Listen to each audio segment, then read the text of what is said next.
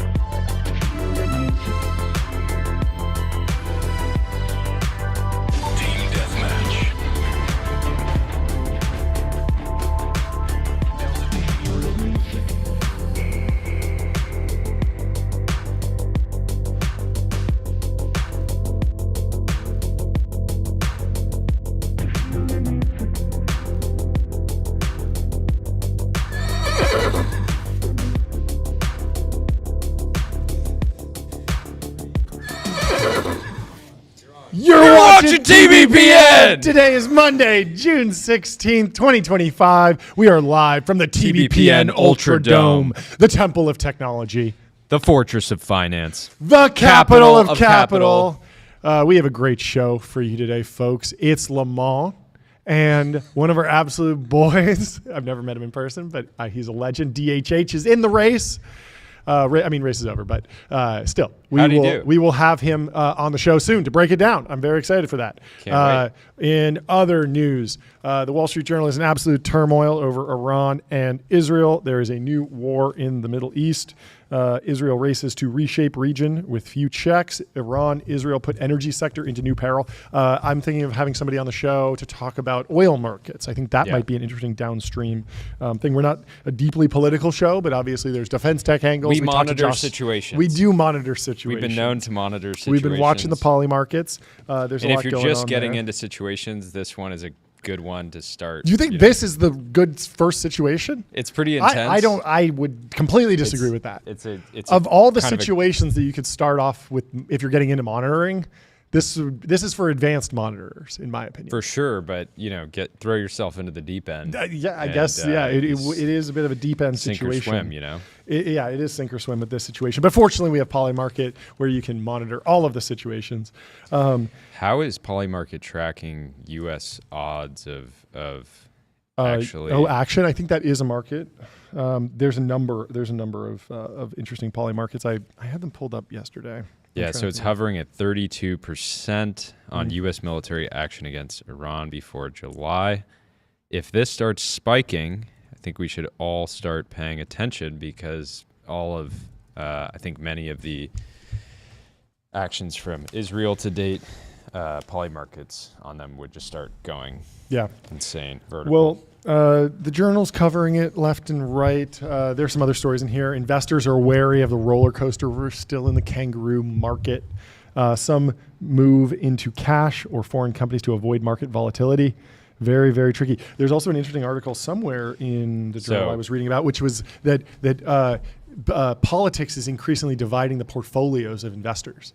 Interesting. So Democrats are more likely to perceive that the market will degrade, that the economy will do poorly, and Republicans are more likely to assume that the market will do well.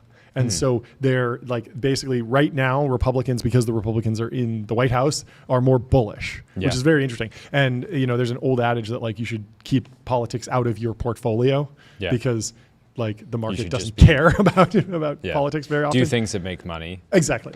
That was interesting. Bucko Capital Bloke had a fun post from over the weekend. Oops. Mic down. On Saturday, he posted, "The start of World War III is bullish because we now have a new positive catalyst, the eventual end of World War III." And he quoted that this morning and said, LOL, because there was some positive news that World War III might be over. Yeah, Iran was signaling that, allegedly signaling that they were interested in figuring out some type of ceasefire. But it would be good. We certainly hope for a ceasefire. Bullish. We hope for positive collaboration between all parties in the global economy. And there are some interesting developments. There's the potential of a new trade deal. There's the potential of a new geopolitical order. You're really struggling with that, Mike. You got to crank that thing. This is a grip strength test. This is why the Lone Ranger sent us those grip strength. The grippers. Jordy's really struggling. At an awkward angle. Yeah. We'll see how long this works. Yeah. But back in the tech world, there is some more exciting, more positive news. Meta Oakleys are coming. Shield says this makes sense. Luxottica owns both Oakley and Ray-Ban, and Meta is reportedly investing $5 billion for a 4% stake.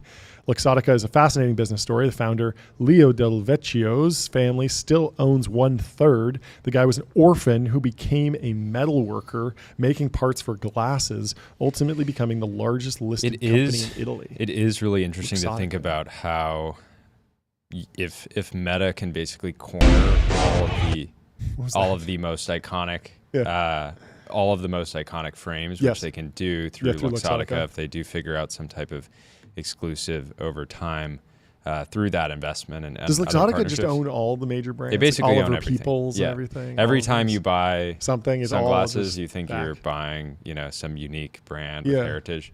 Luxottica. It's interesting. We should dig more into that company because they That don't own created all the the opportunity. retail. Well, yeah, there's a lot that of like basically- Sunglass Hut retail stuff going I mean, they are big glasses, and that created the opportunity for Warby Parker. Yep. Because Yeah, they they're the ones that realized there manufacture was, everything. basically this entire, Luxottica had verticalized from brand to production to the actual medical side as well. Interesting. Well, let me tell you about ramp.com. Time is money. Save both. Save Easy to use both, corporate folks. cards, bill payments, accounting, and a whole lot more all in one place. There's been some wild rumors Wild circulating rumors. about Ramp, but we Who will knows? have more on that front coming this week, days. including some special guests.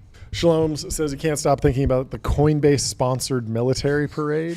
I mean, it really was an iconic image, the stage at the parade, Yeah. and then brought to you by the U.S. Army, brought to you by Coinbase. Usually you see the Army sponsoring things like UFC and things like that for recruiting purposes. You don't typically see them The other way around. recruiting sponsors. Yeah. And you were saying off air this morning, it's kind of feels in some way counter to crypto's, origins and roots as a sort of libertarian technology. Most Bitcoiners would say, I'm accruing Bitcoin so that you cannot tax me. And what can you not do as soon as you stop taxing me?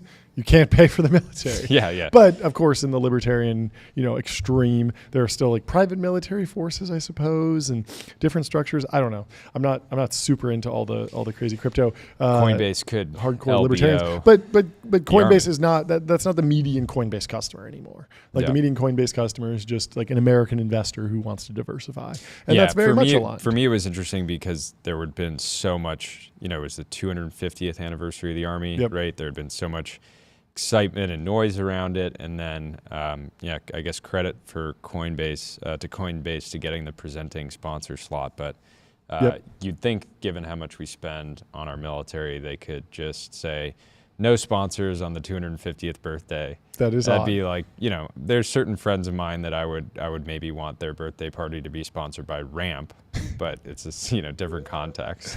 Yeah, it is funny. David Senra's birthday, when we celebrate his birthday, it should be it is sponsored by Ramp. It is, it is funny. Like, why do, like, what did the Coinbase sponsorship pay for? I guess it takes money out of it. It takes the burden off the taxpayer, which is certainly nice. I mean, I like the idea of paying less taxes for military parades. I guess that's good. They should just start putting ads on your ID card. They should put ads on the military uniforms.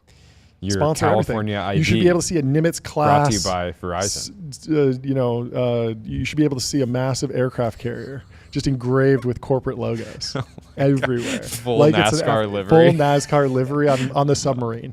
Yeah. On the Triton class. Yeah. I don't this even know thing doesn't get photographed much. But when it does, it's it's the brought to Nimitz you by class carrier, you basically get all this free marketing through the open source Intel accounts. Totally. That are just posting pictures. And I mean, a lot of those military assets, they go into the next Transformers movie. They go into the next Top Gun movie. When you see Tom Cruise step into the F-16 or the F-35 and it's got the ExxonMobil and McDonald's logos on it, boom. Fire me up. Yeah, fire me up. Fire me up. They're not taking that out in post. Okay.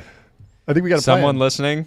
Yeah. This is your life's work. This is bring out-of-home advertising to the military. Yes. Maybe it's AdQuick. Maybe it's AdQuick.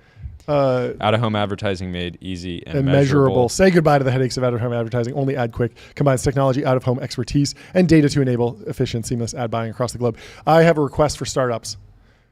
Maybe we can get Tyler to work on this. We didn't give him a task today, but we do have He's Tyler just doing on the normal intern work cam. today.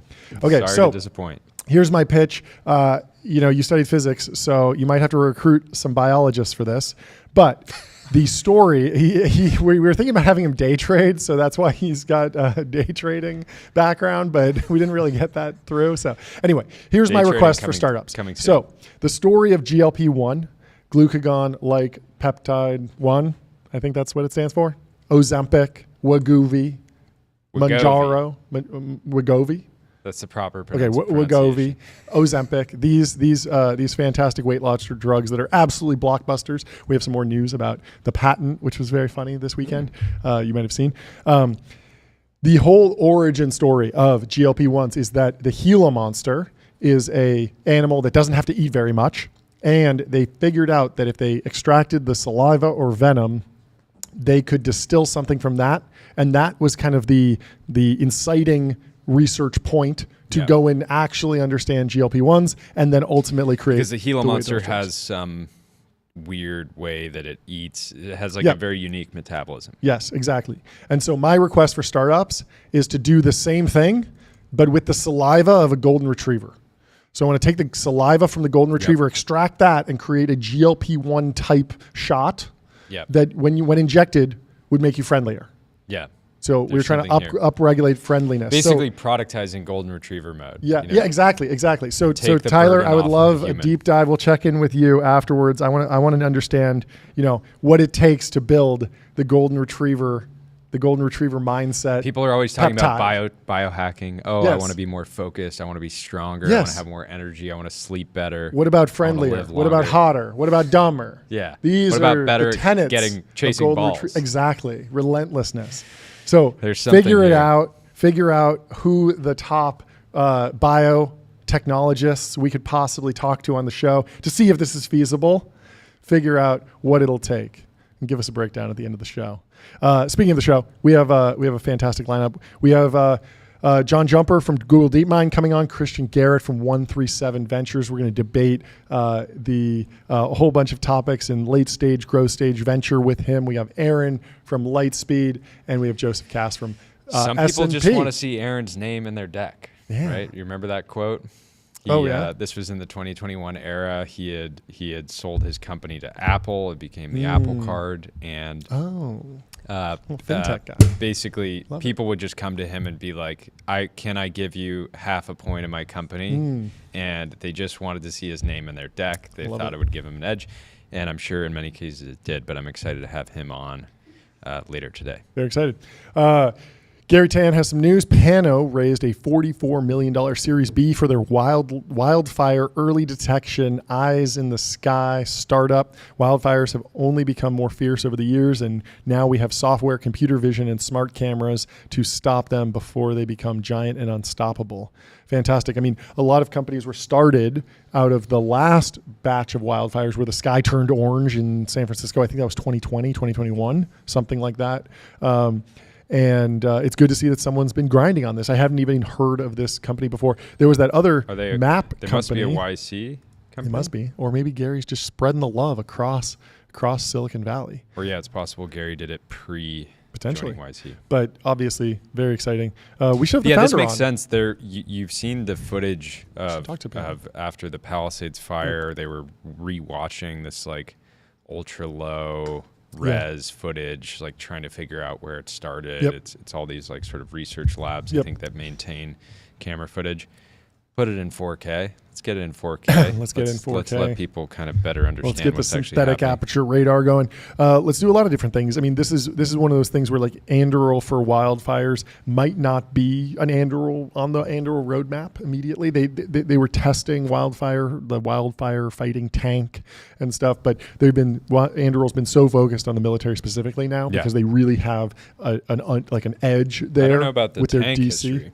Oh, you didn't know that? They wanted to make a tank that could fight fires. Yes, an autonomous tank that could go fight wildfires. They brought in Jamie Heineman from the Mythbusters to help work on it. They built it, and then I talked to Palmer about it, and he said that there was a lot of pushback around like job displacement and unions, even though they would need plenty of people to like man these and like manage them. Yeah. But it was a very complex situation to get through, and so they wound up scrapping that. And it's probably good that they did because now they're in submarines and Fury and Roadrunner, and they have like major contracts and major like serious jobs to address directly within the DoD.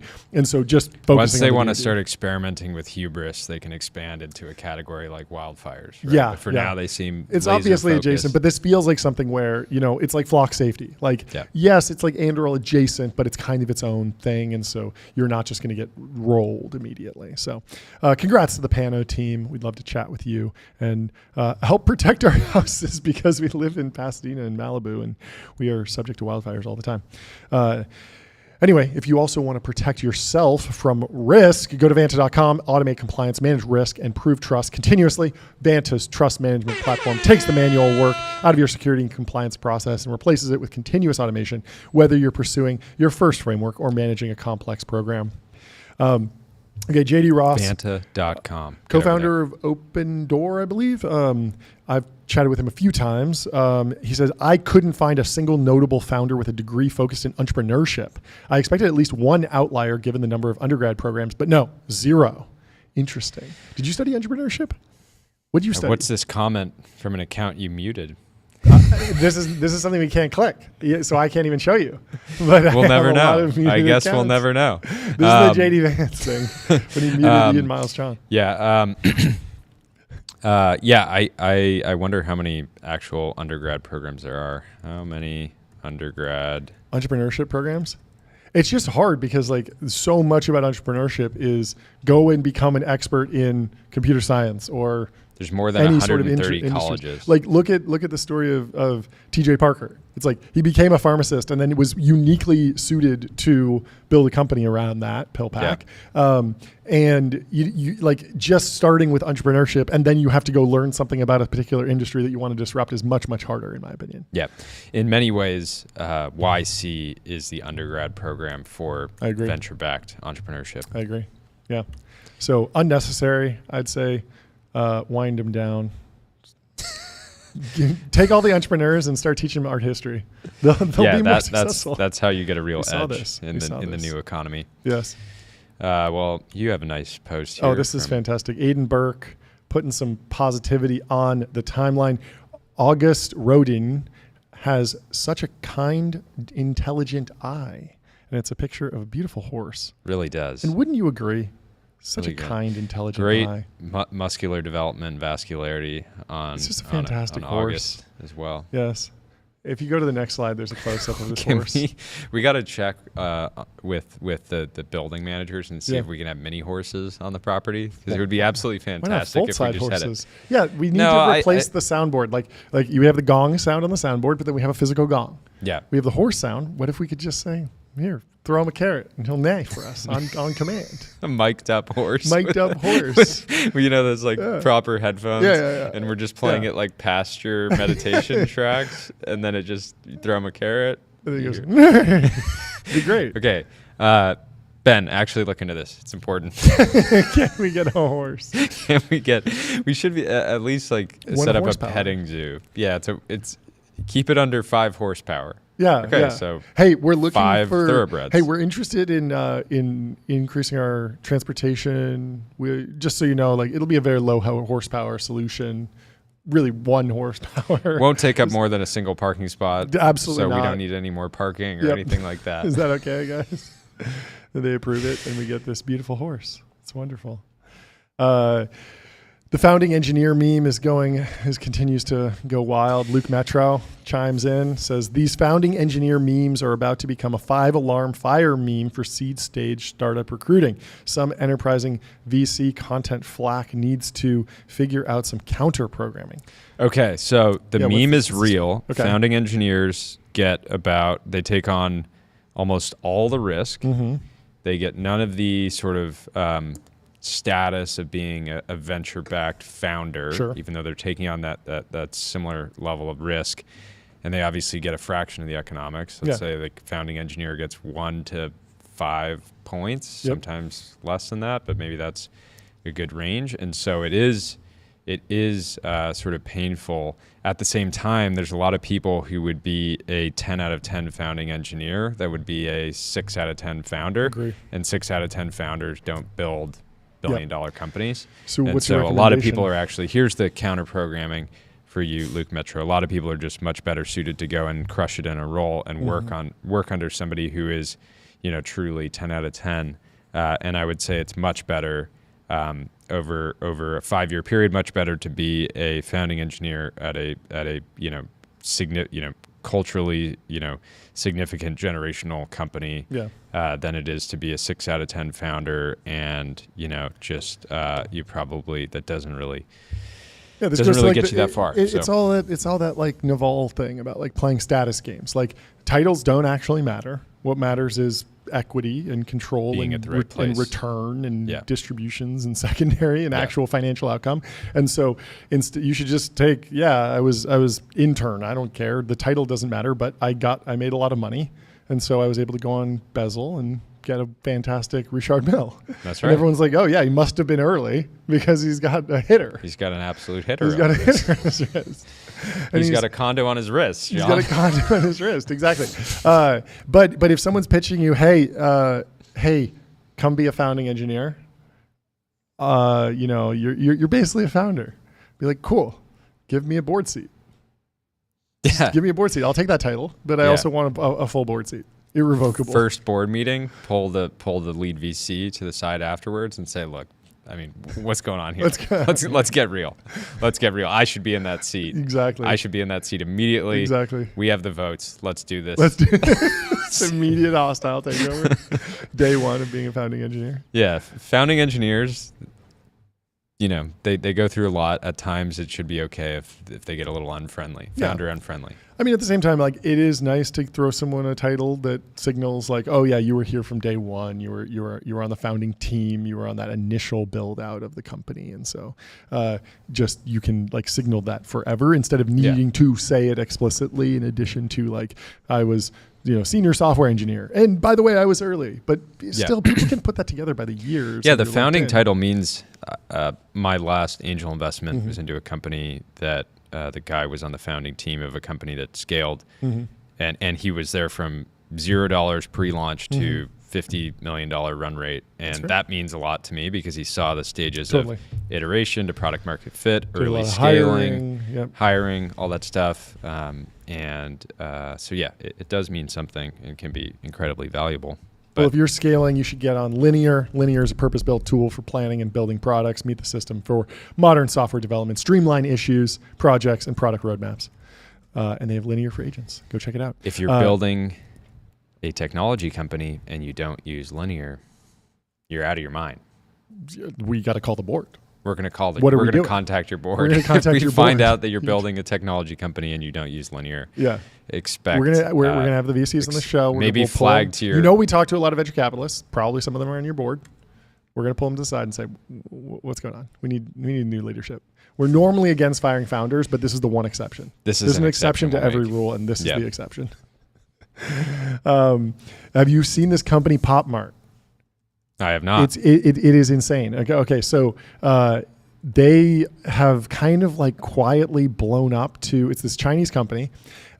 Toy company basically, and they're worth like $20 or $40 billion or something. Are they like public? Decacorn, public on the Hong Kong exchange, and they always let There's the a deep companies dive. that aren't critical to national security go public. Yep, and then the ones like Huawei, for some reason.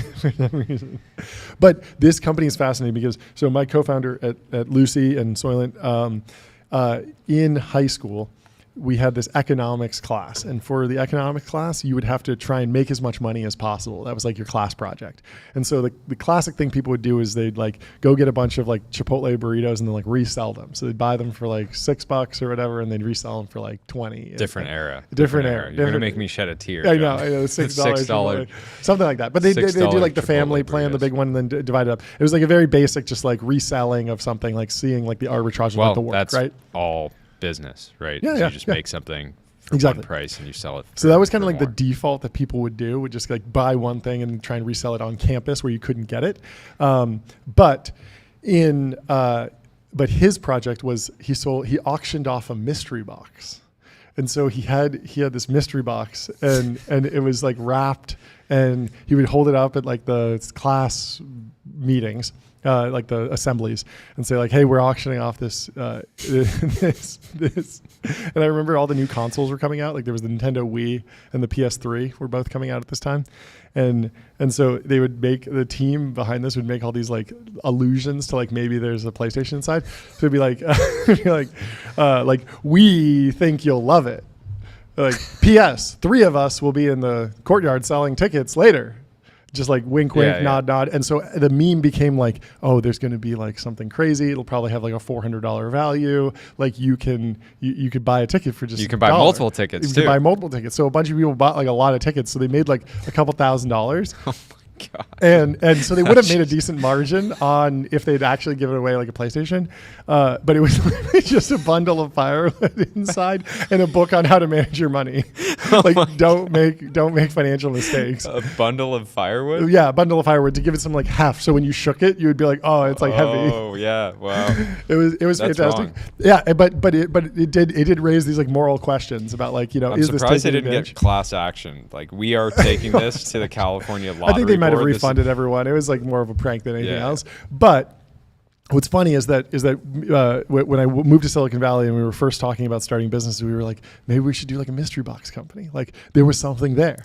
Like mystery boxes are like, this interesting category of like, it's kind of like gambling, but it's like in this physical, it's like regulated differently. And this company, Pop Mart, has made like $20 billion selling mystery boxes. And so the way it works is you go and you buy their drops of these different toys, and there's different varieties. It's the same dynamics as like opening a pack of Pokemon cards, but it's become like absolutely massive. Vanity Fair is reporting on it.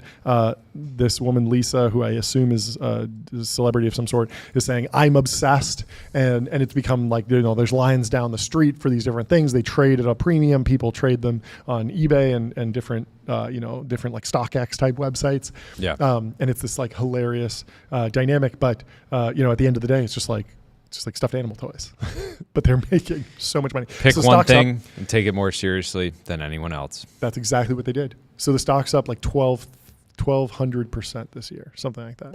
Absolutely ripping. Anyway, Well, I'm sure they have to pay sales tax on all of course that they do, stuff. John. And they should be on numeral. Go to numeralhq.com. Sales tax on autopilot. Spend less than 5 minutes per month on sales if you're tax building compliance. SaaS or an e-commerce brand, get on Numeral. Get on numeral. This is a perfect segue into our first guest from DeepMind. Google's co-founder says AI performs best when you threaten it, and Amrit says just like real employees.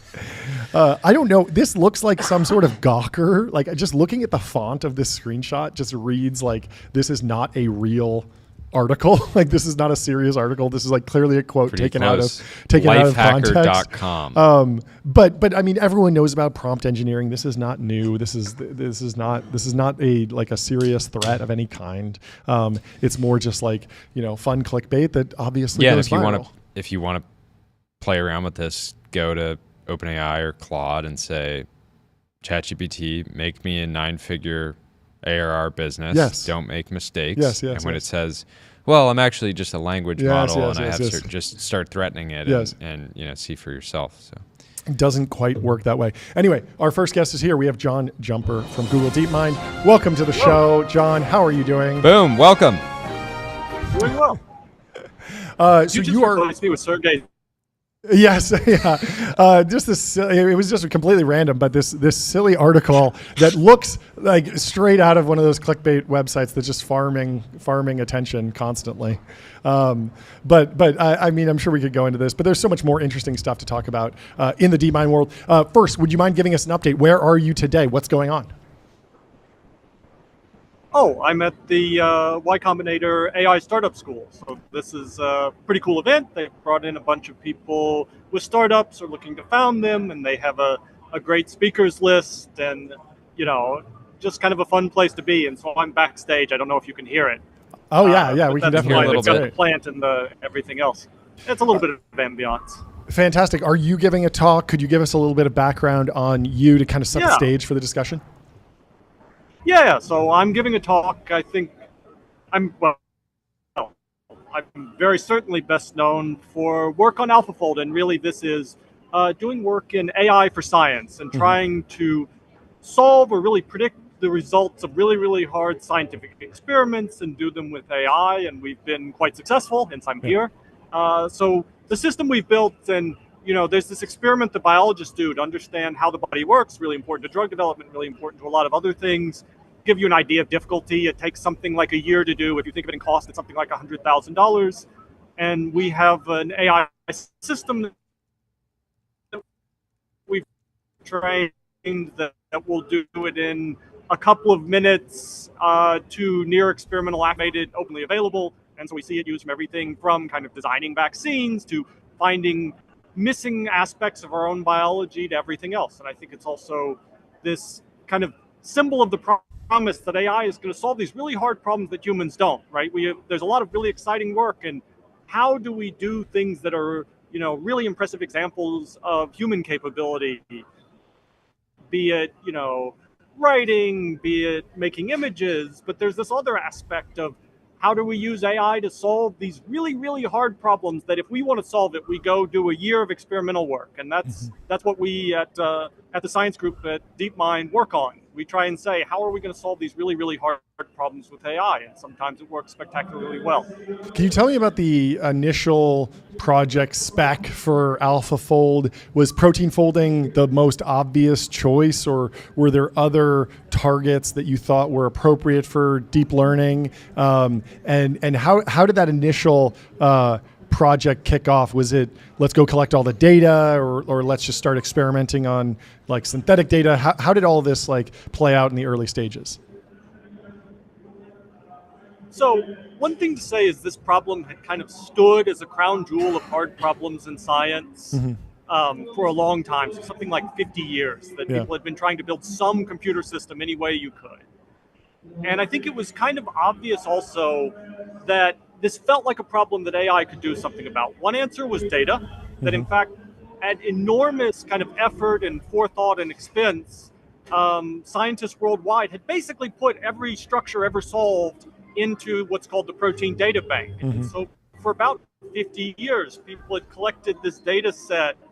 The time we were doing our work was about 140,000 structures, but it represented essentially everything. Everyone had the same data. There was some thoughts, I think, early on about, oh, well, maybe this is a good problem for optimization and combinatorial search. That didn't really turn out to be how we solved it, but there was this thought that maybe it's kind of well teed up for the methods that were looking incredibly powerful and are, incredibly powerful in terms of AlphaGo and other search style methodology.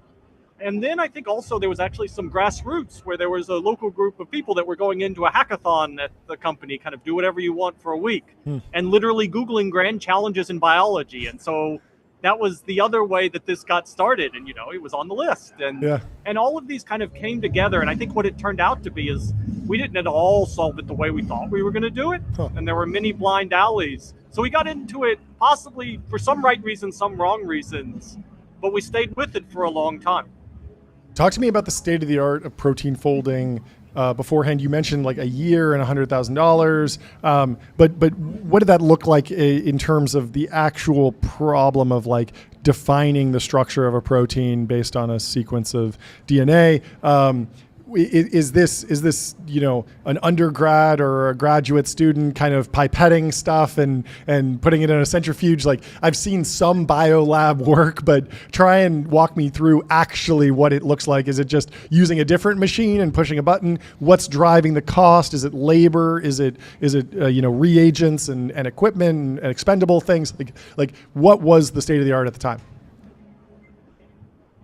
So it's a very good question, and underlying it is a false premise. Okay. You have this premise that there is a series of steps that you're going to execute, and you're going to, maybe it's a year long, but in January I'm going to do this, at the end of January I'm going to succeed at that, and I'm going to go do the next. Yeah. And you can think of it the same way as training an AI system isn't just, I want an AI system, let me press the AI button and then go get coffee. It's really about research and iteration. And so for scientists going to solve the structure of a new protein, they have this huge numbers of steps, and one, like the very first thing they have to do is make enough pure protein to study this thing. And I did my PhD in biophysics, and I remember sitting in a lab meeting where someone for 6 months talked about how they couldn't even make their protein to get started on their experiments. And I remember saying, if you talk about protein, making protein in one more lab meeting, I'm going to start talking about my compiler errors in the next meeting. But just like building and doing the work to get enough product to get started is enormous. And then you have to convince it to form this very regular crystal structure that is not at all natural. And no one really knows how to do this. They just have some ideas that maybe or maybe not work.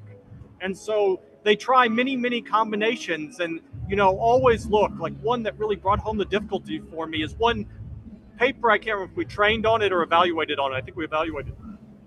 And I looked in the appendix of the paper, and it said after more than a year, crystals began to grow. You have to make crystals to solve a protein structure. And so they were literally trying things, and probably that whole year they were trying things just to look in their cabinet and find out something from a year ago worked. And then after you do that, you go to a very large synchrotron, and there are many other steps. But I would say the real answer is there's wide error bars, and there's enormous amounts of experimentation and cleverness. And this is why one or a couple protein structures can be a PhD. You can be doctor at the end of this. Mm-hmm. Talk to me about the timeline and between. I think that kind of was done. Yeah.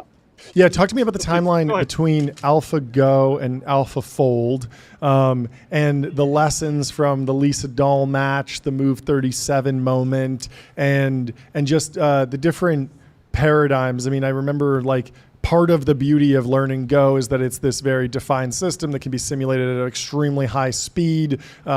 It's like kind of a prime environment for this reinforcement learning strategy. What was taken? What was different? And how did those timelines match up? So already coming out of Lisa Dahl at a kind of company level, Demis level, people were getting interested in this question. I can't remember exactly. I think it was 2016 when the work really started. I actually joined slightly after that. Sure. The early work was in kind of, can we use reinforcement learning and these models, these energy functions, where you're trying to treat this as a minimization problem, just a really, really hard, clever minimization problem. And I remember even like when I came in, it was kind of, I had come from a protein background, and there's a way in which this is obviously not the right idea, in that we don't know the full, God's energy function for proteins. We don't know this thing that if you just minimize it, we're sure that's the right answer. At least if we do, it's quantum mechanics that we're not solving. And in fact, a big problem is that really you needed to solve the kind of how do we optimize this, and what are the rules that we're optimizing under at the same time. And it turned out to be actually much more data-driven supervised learning. And what really started to make the difference is when we sat down and we, the state of the art kind of, before it was growing, there was progress, was in using convolutional neural networks, a certain design. You can also try transformers. They're not really much better for this, but there were a lot of kind of people trying to take machine learning off the shelf and say, I'll just apply it. This is an application problem. And I think what we did really, really well, especially in AlphaFold 2, the one that really worked, is that we said, no, this is a machine learning research problem. How are we going to rebuild our kind of core components? How do we get inspired by the transformer, but build something different in order to make a system that learned really well? And we can show, in fact, like an external group did a very careful experiment where they took AlphaFold 2 and they trained it on 1% of the available data, and they found it more accurate than our AlphaFold 1 system. So even between 1 and 2, you can see what is 100-fold in data. And so in a certain sense, all we did was a lot of machine learning engineering that got us 100-fold better data efficiency than we used to be. And in fact, used the exact same data as everyone else and that we had used for AlphaFold 1. And we're having some trouble. Really in these core ideas that enabled it to learn much more. But yeah, I think all of these, I think the ideas evolved, and still I think, there's room to play, and there's all these different problems. But it did kind of presage how important learning directly from data has become in terms of this, and then RL to optimize performance and achieve other objectives. Okay, I want to talk about the reaction to AlphaFold in the public markets. I know you're not a public markets analyst, but I was very surprised that, this 50-year age-old problem, this incredibly tough, millennium challenge level problem is solved.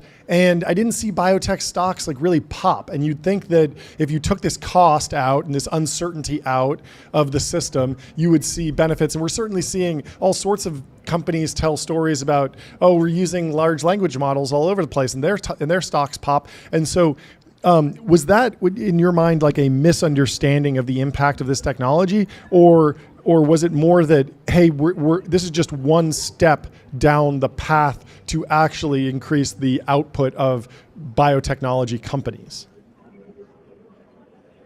I think it's a very interesting question. I should say I'm not an equity analyst, and I would actually be, after this podcast, you should go back and do the same experiment for CRISPR.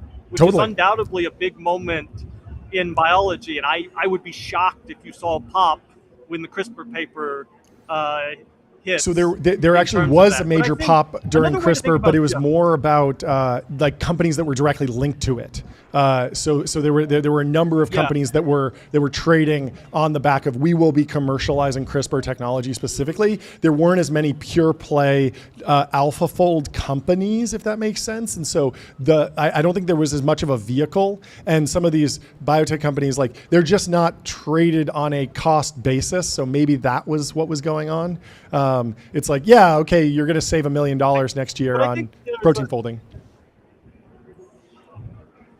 I think you shouldn't think of it too narrowly, and you want to be really careful. So if you think about it from the $100,000 point of view, then it should already be immediately obvious that a single protein structure wasn't the gap to a drug. A drug is about $1 billion Totally. in R&D, Yeah. and so you can already see that many orders of magnitude.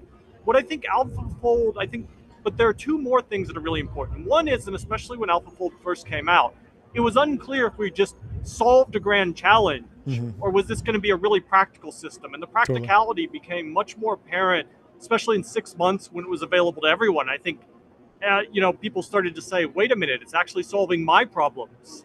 The other, and we see it here all the time from biotechs using it, I think when AlphaFold 3 came out, it was apparent that the same thing would describe protein small molecule binding. And of course, we haven't worked within Alphabet and isomorphic labs. It's really about how do we take these technologies and make them better. Yeah. And I think all of this is to say, one is to say, really, certainly one of the big drivers of cost for biotech is clinical trials. So if you want to increase the success rate, you need to understand biology better. Yeah. I think there's been some really important work in terms of technologies either using AlphaFold or downstream of it, such as the really incredible advances in protein design. And maybe not in the public markets, but if you look at private valuations from everything from Evolutionary Scale to Zara to others, you've seen some really enormous funding rounds where certainly the startup community believes that this is going to hit it big. And I think you do see some effect in that you need more technologies on top of this, and it's not a single problem, but I think it will also make a larger and larger difference. Of course, there are more problems to be solved, and without jumping into the valuation, but you also see these strong valuations on the companies are trying to figure out how to use this and how to say kind of this door has been opened. Do you think in terms of AI and biology and predictive biology?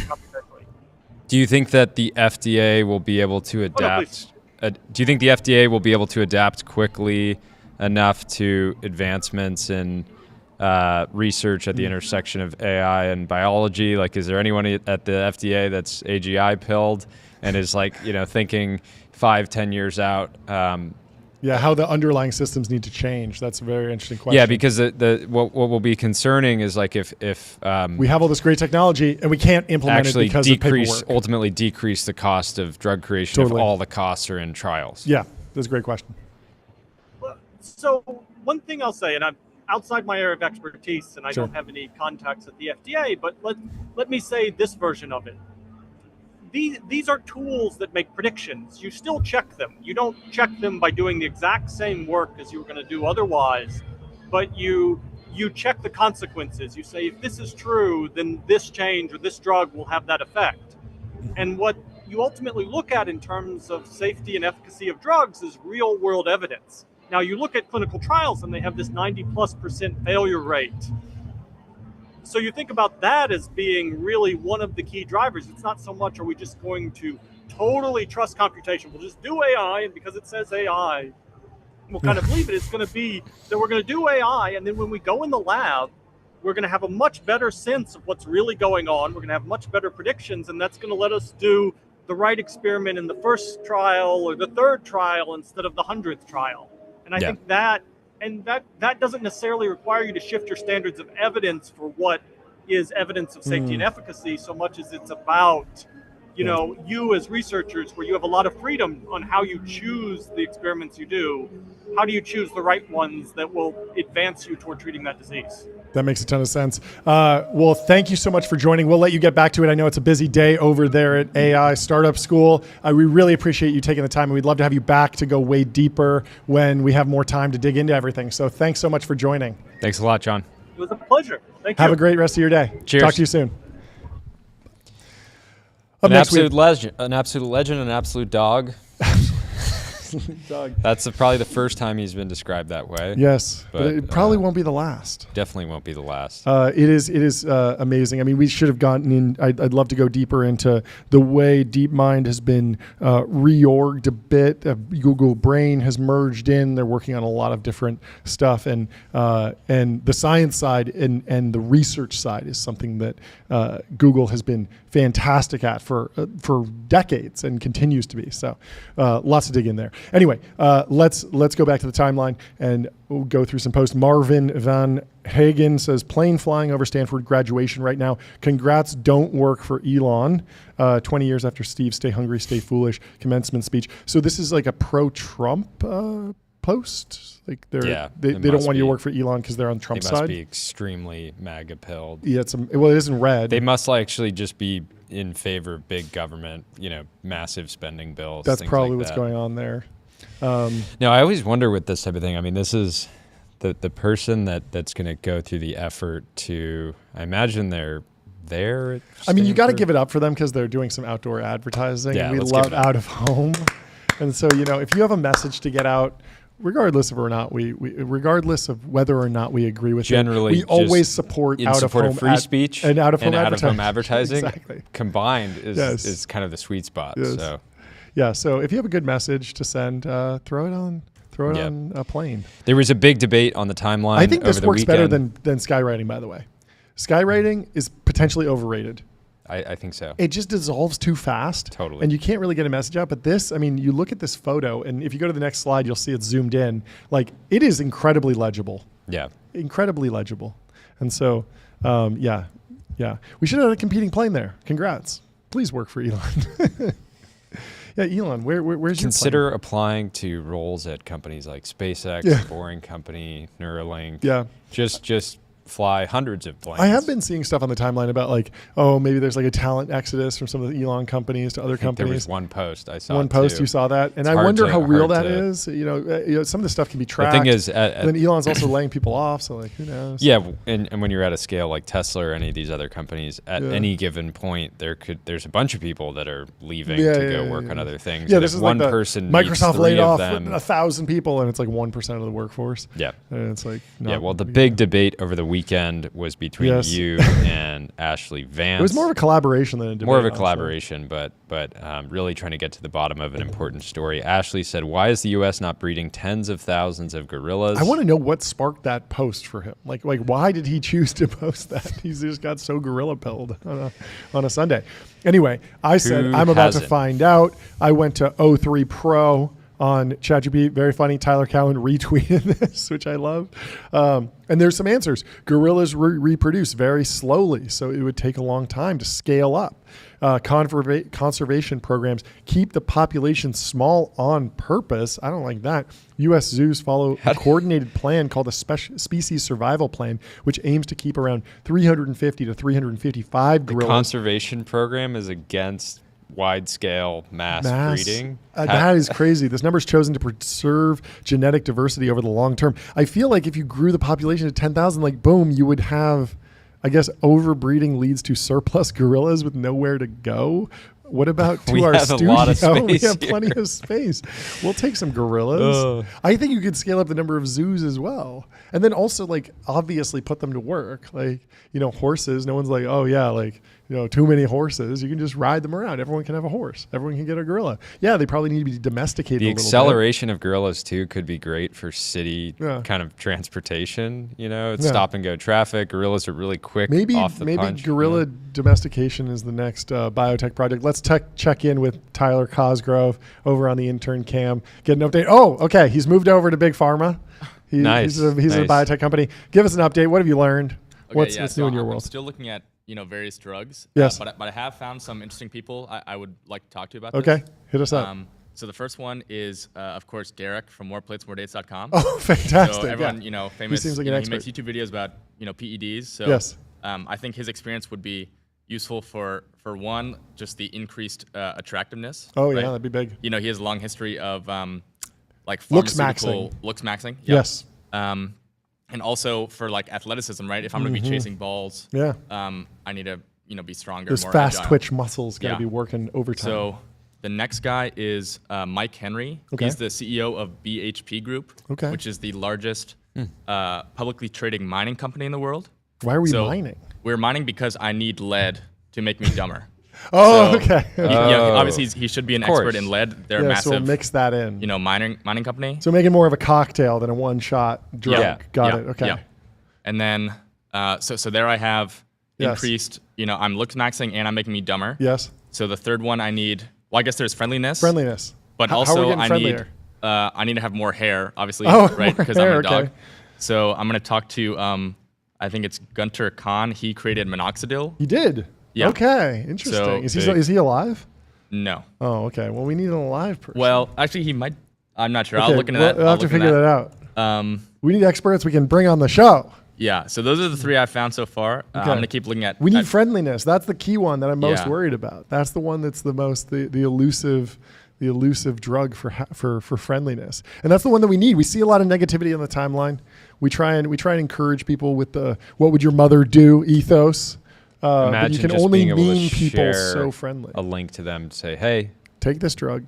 injecting this once a week You'll be friendlier on the could timeline. make you, an order of magnitude more friendly on the no timeline. more aggressive quote tweets. No more clapbacks.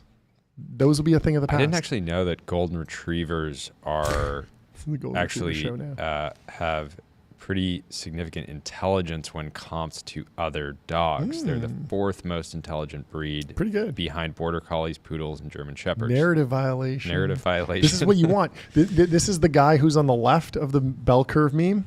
That's where everyone thinks the golden retriever is, but the golden retriever is secretly the guy on the right. Yeah. But that's the beauty, is that they're the same guy, Like He doesn't feel the the need golden to, retriever is to just is prove not how the midwit. intelligent. Because in the age of artificial intelligence, AI is going to increasingly push everyone who's trying to be the guy on the right into the midwit territory. Yeah. And so you want to just go full guy on the left, or at least have people expect that you're the guy Yeah. on the left. Well, we have a Anyway. post from Bucko Capital. Wait, really quickly, if you're breeding gorillas and you're going to try and sell these gorillas across the world, you're going to need ADIO, customer relationship magic. ADIO is the AI native CRM that builds, scales, and grows your company to the next level. Anyway, There's someone in the chat right now saying, ADIO has a great UI. I would invest in them. let's go. Let's give it up for ADIO. Let's hear it for ADIO. Get on there. You can check it out. Let's go over to Bucco Capital Bloke. He says Apple has more of an impact on job creation in China than all of China has on America. Wow. This is Yeah, obviously so there's a entire from- paragraph here. The size and influence of Apple aren't properly understood, in part because they are so difficult to fathom. How can it be, for instance, that demand from China's 1.4 billion people indirectly supports across all industries between 1 million and 2.6 million jobs in America, whereas by Tim Cook's estimate, Apple alone supports 5 million jobs in China, 3 million in manufacturing, and another 1.8 million in app development. That upside-down contrast boggles the mind. One super corporation has more of an impact on job creation in China than all of China has on America. Yeah, that is wild. This is obviously from Apple in China. Fantastic book. We had the author on the show, and Tim Cook is quoted a bunch in the book. There's a ton of great scoops. I've been listening to the book a bunch, and it's fantastic. There's a whole bunch of really interesting deep dives. Some stuff you might know, but it's woven together in a very interesting way. Highly recommend going and picking up the book or the audio book, Apple in China. Ben Thompson's been singing its praises as well. He had the author on his show, did an interesting podcast with him, and really dug in a layer deeper that I highly recommend going and listening to. Fascinating, and it'll be interesting to see how this affects. Apple in China, I think, could be one of those books that becomes a reference point for DC policymakers, in the same way that Chip War became kind of a playbook for the CHIPS Act, and the 100-year marathon also became a kind of playbook for a renegotiation of the trade policy between the U.S. and China. And so these books don't come along often, but when they do, give them a read. Make sure it's heavily annotated and highlighted. Anyway, if you're looking to invest in American companies, get on public.com, investing for those who take it seriously. They got multi-asset investing, industry-leading yields, and they're trusted by millions. Go to public.com. What is this thing about Frontier Valley? I saw you posted this. I put this in there. I invited the founder, James, on the show. So Frontier Valley is a new special regulation district in SV that's larger than MoMA. Once approved, it will be America's epicenter for physical AI and deep tech innovation, and will also be a template for robotics first cities that can be replicated nationwide. What is going on here? Is so this just is like on in top the East of Bay.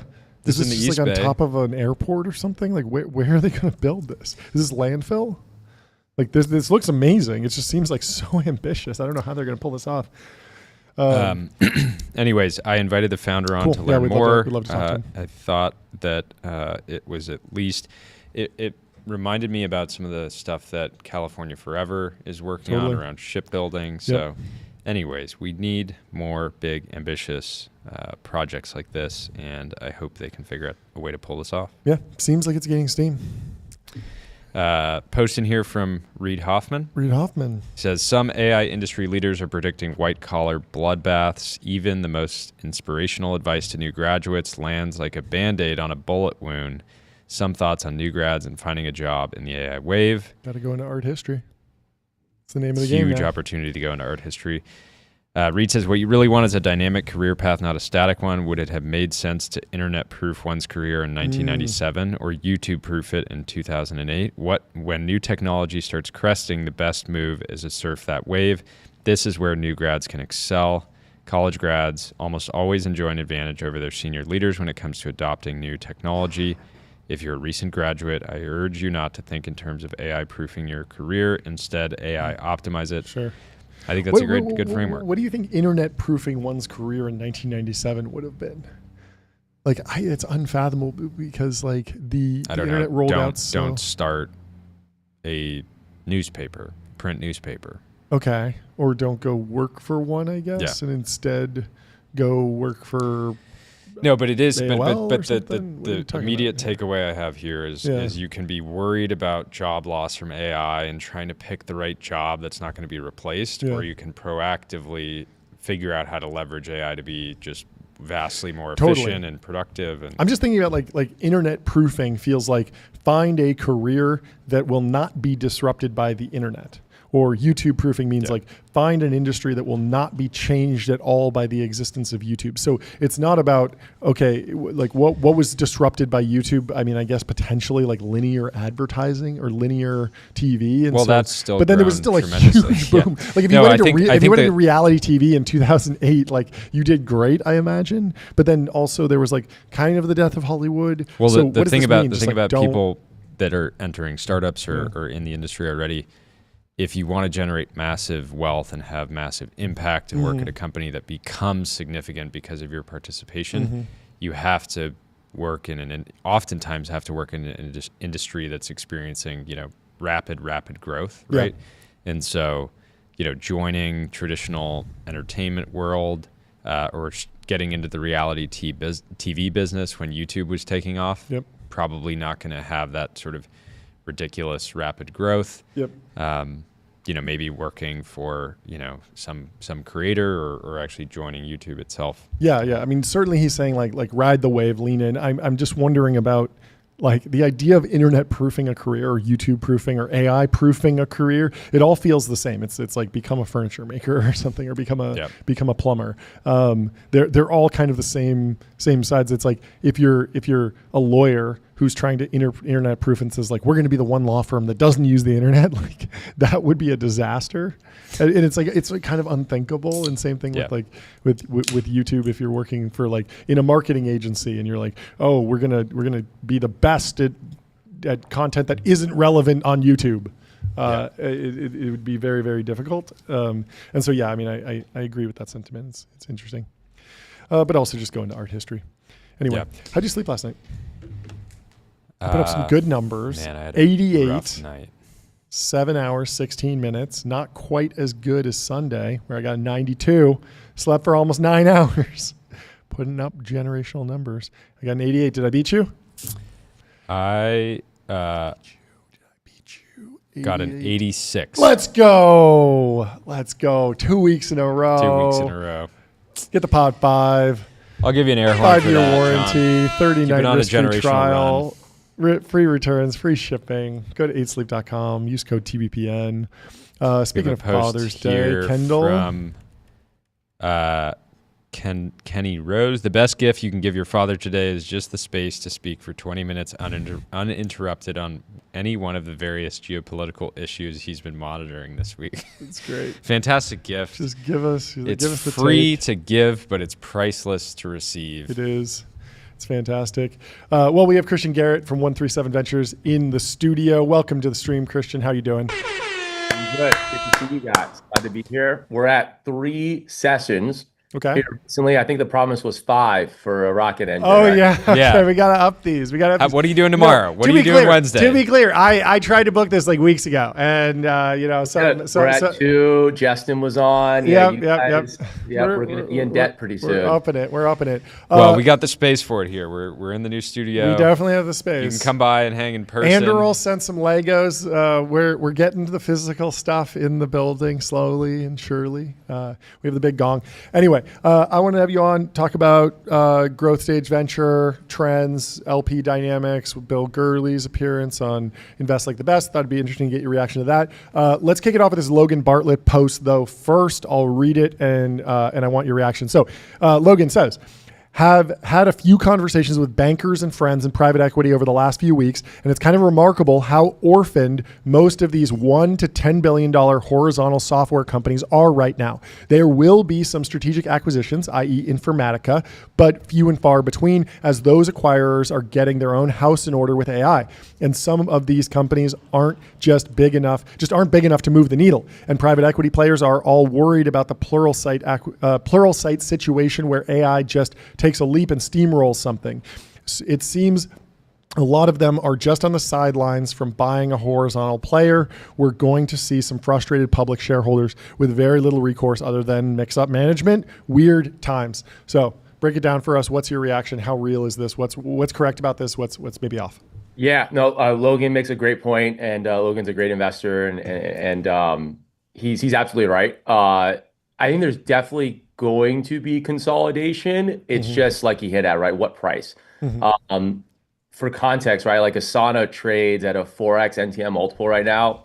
They're forecasted to grow 8% this year with 1% free cash flow margins. Wow. That was a business that during COVID, right, was trading at like multiples, higher multiples than a ton of software businesses. Workday now is trades at a premium to Asana. Wow. Bill.com was once the highest multiple in software and fintech. Right, now trades at like a 2.5x multiple. On top line, there's a ton of these companies that are real businesses, but they're not long-term compounders with power to grow margins. Sure. And they're kind of stuck as point solutions.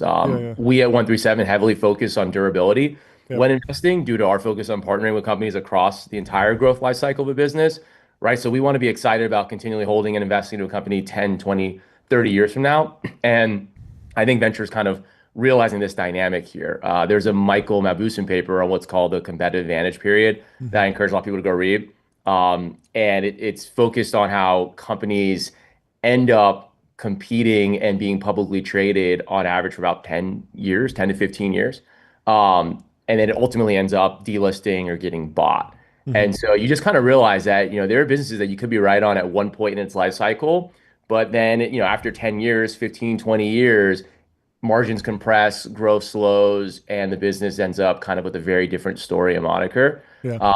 And I think a lot of the ultimate winners within these categories, front-end software development, fintech, they're actually the bundles, right? The stories we're talking about are point solutions or companies at risk where growth's slowing down due to AI. I think the bundled winners are going to end up having the opportunity to consolidate, whether that's Figma across front-end application development. Sure.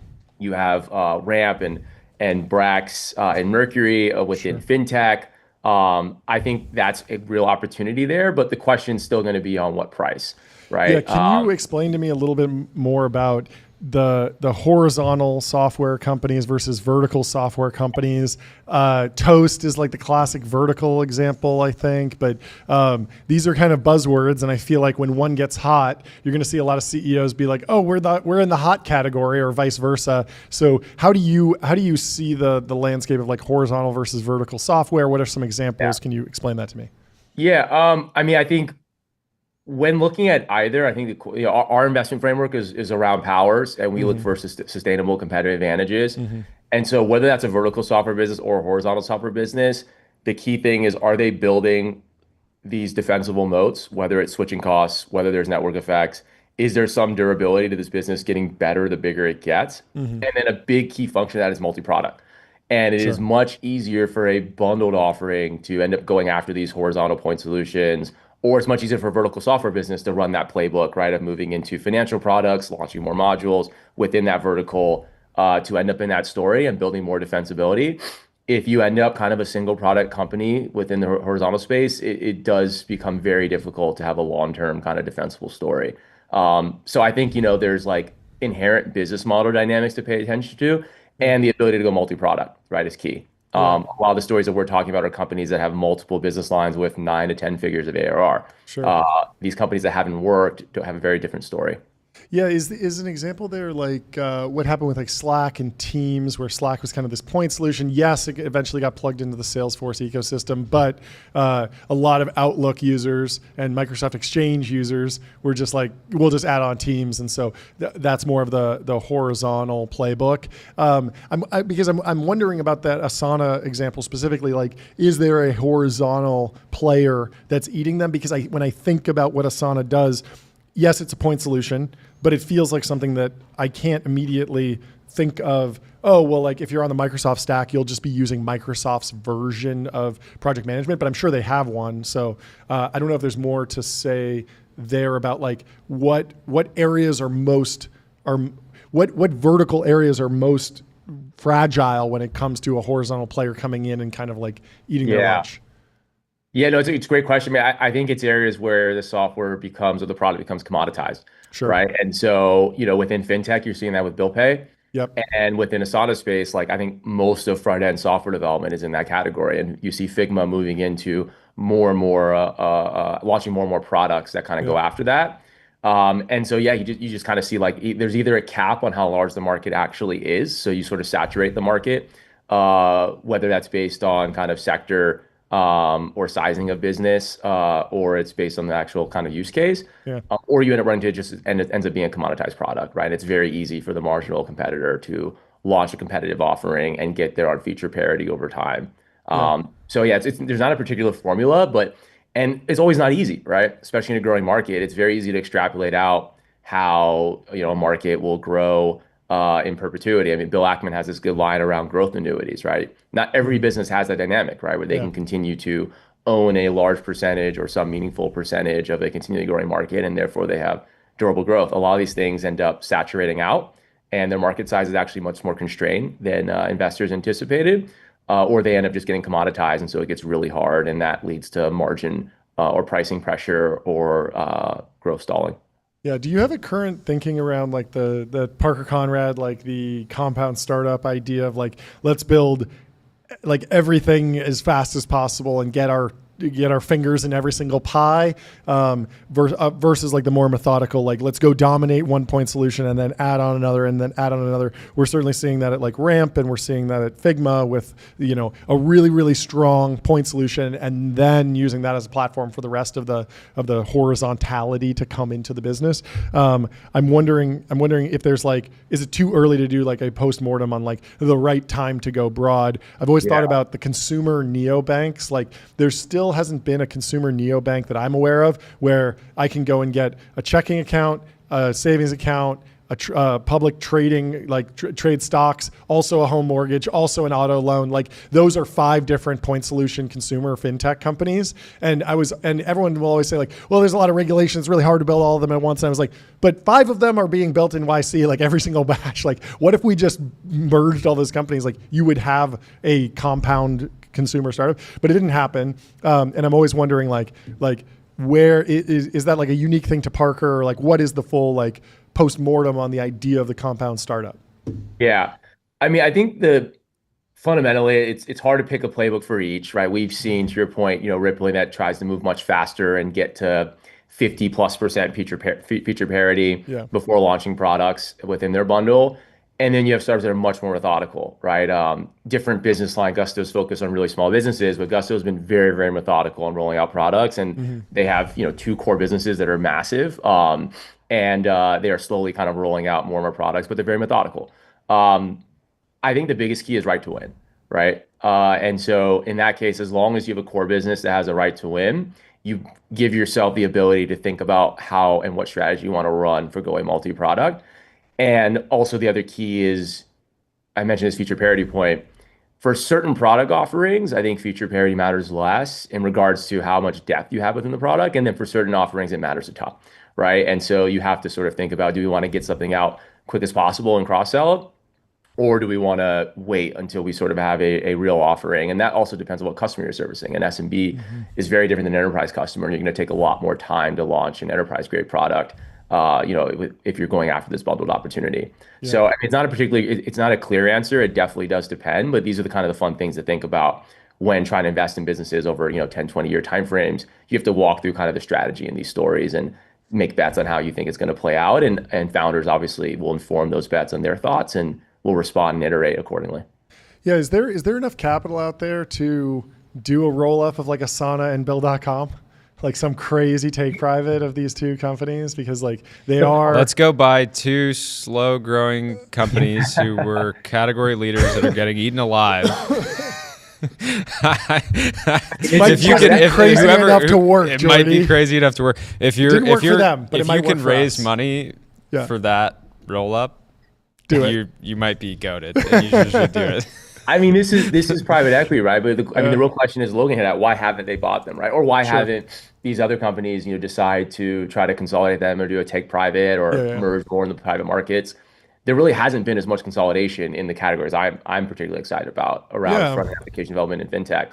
Why is that? And I think this gets into a little bit some of the points on Bill Gurley's podcast recently. Sure. But there are a lot of these companies where if you're cash flow positive, you're not a forced seller. And if you're still hold on or hung on an expensive price, then it's not very clear from the buyer side why they should take all that dilution, especially if you believe that AI is going to lower the ceiling on or increase the ceiling and sort of lower the floor a bit on development and product development. Okay. So in some sense, maybe you should just build, right? Like the buy versus build dynamic is really interesting right now. Sure. Given sort of the unlocks within AI on software development and where kind of pricing is for these companies. So it isn't clear what's going to happen with all these things. Do I think, as interest rates drop, there's a lower cost of capital that maybe changes the calculus? But right now, a lot of these things are kind of stuck in a pause right now, and there hasn't been a lot of consolidation like I thought there was going to be. But I think that will change over time, mainly as a function of the cost of capital dropping. Yeah. Throughout this year, people have been calling 2025 the year of agents. I feel like that's come up quite a lot from a variety of different hosts. There seems to be this, or sorry, not hosts, but guests. There seems to be this collective belief that this is the year that we unlock the power of agents. We've seen consumer agents like deep research. We see coding agents, things like that.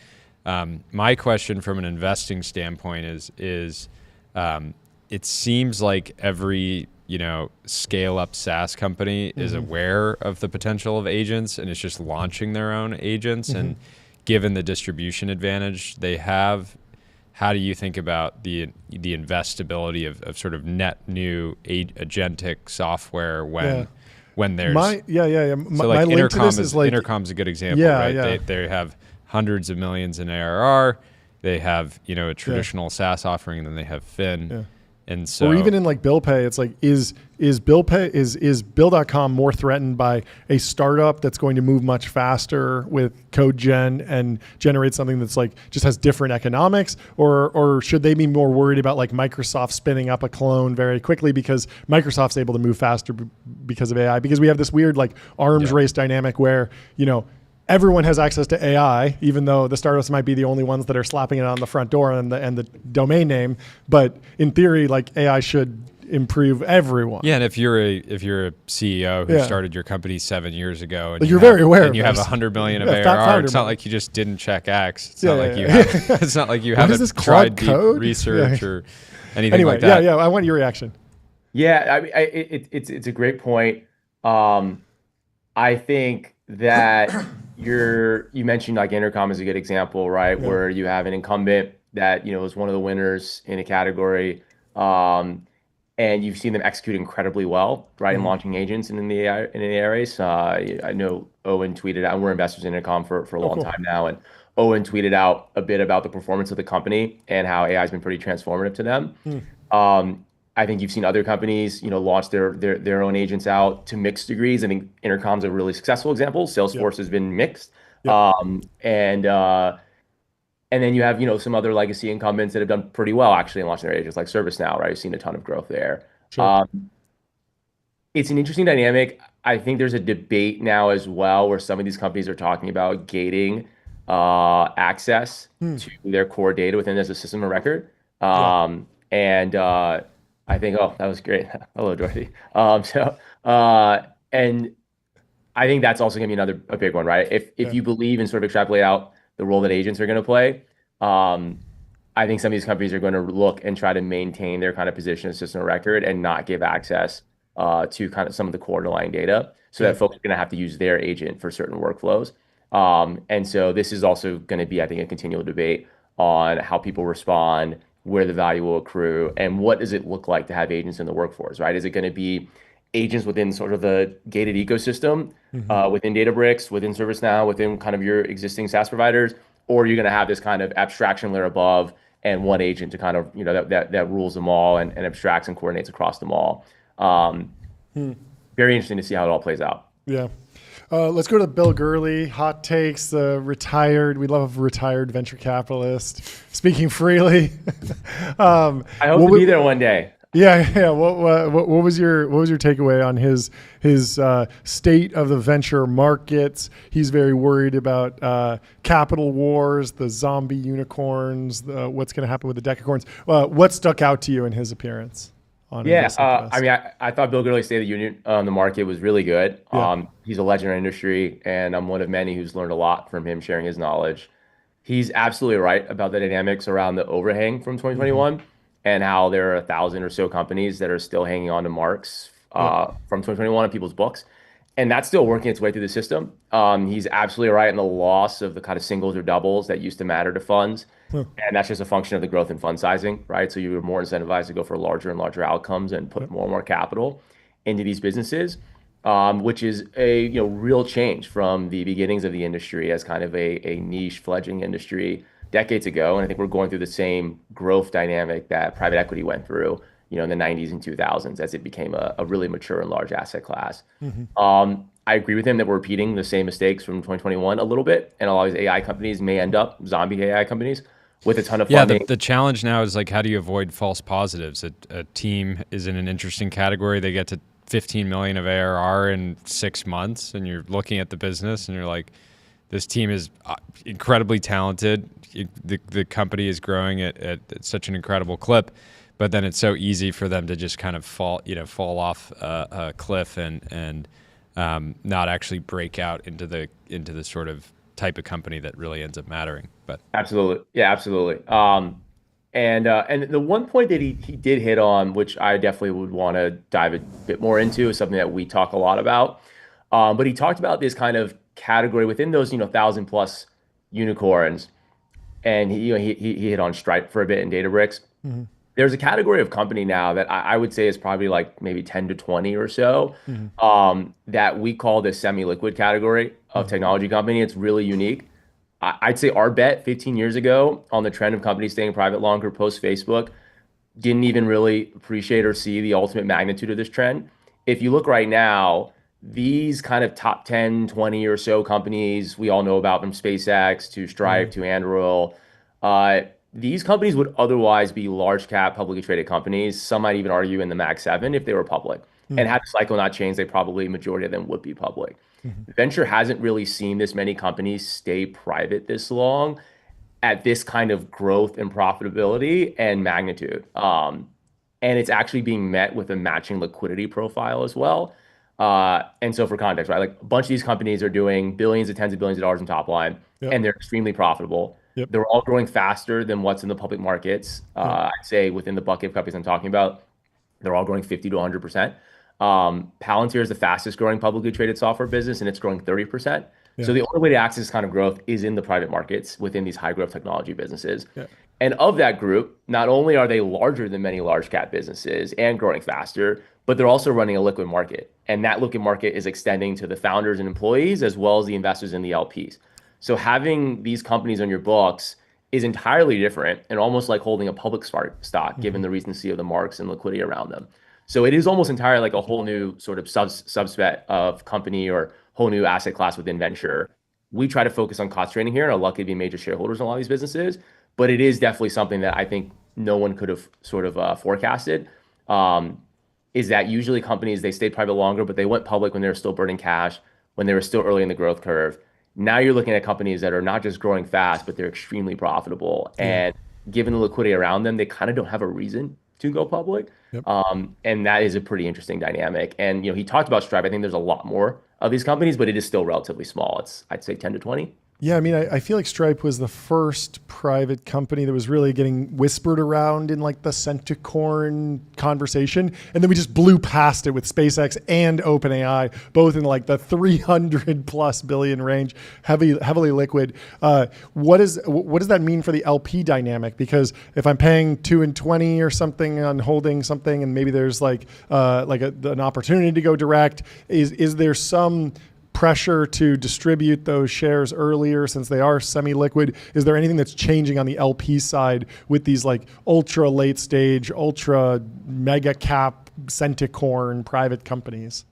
I mean, I think back in the early point, if you're in these companies and you're in managers in these businesses, it's a different dynamic. I think if you're in the 1,000 unicorns, right, and a lot of them are still holding on to marks and kind of it's unclear what's going to ultimately happen there, that creates a different dynamic. Totally. We talk about the gap between TBPI and DPI. Yeah. If that gap are in these companies that are extremely profitable, they're marking every 6 to 12 months because they're running tenders regularly. The fundamentals you have visibility into.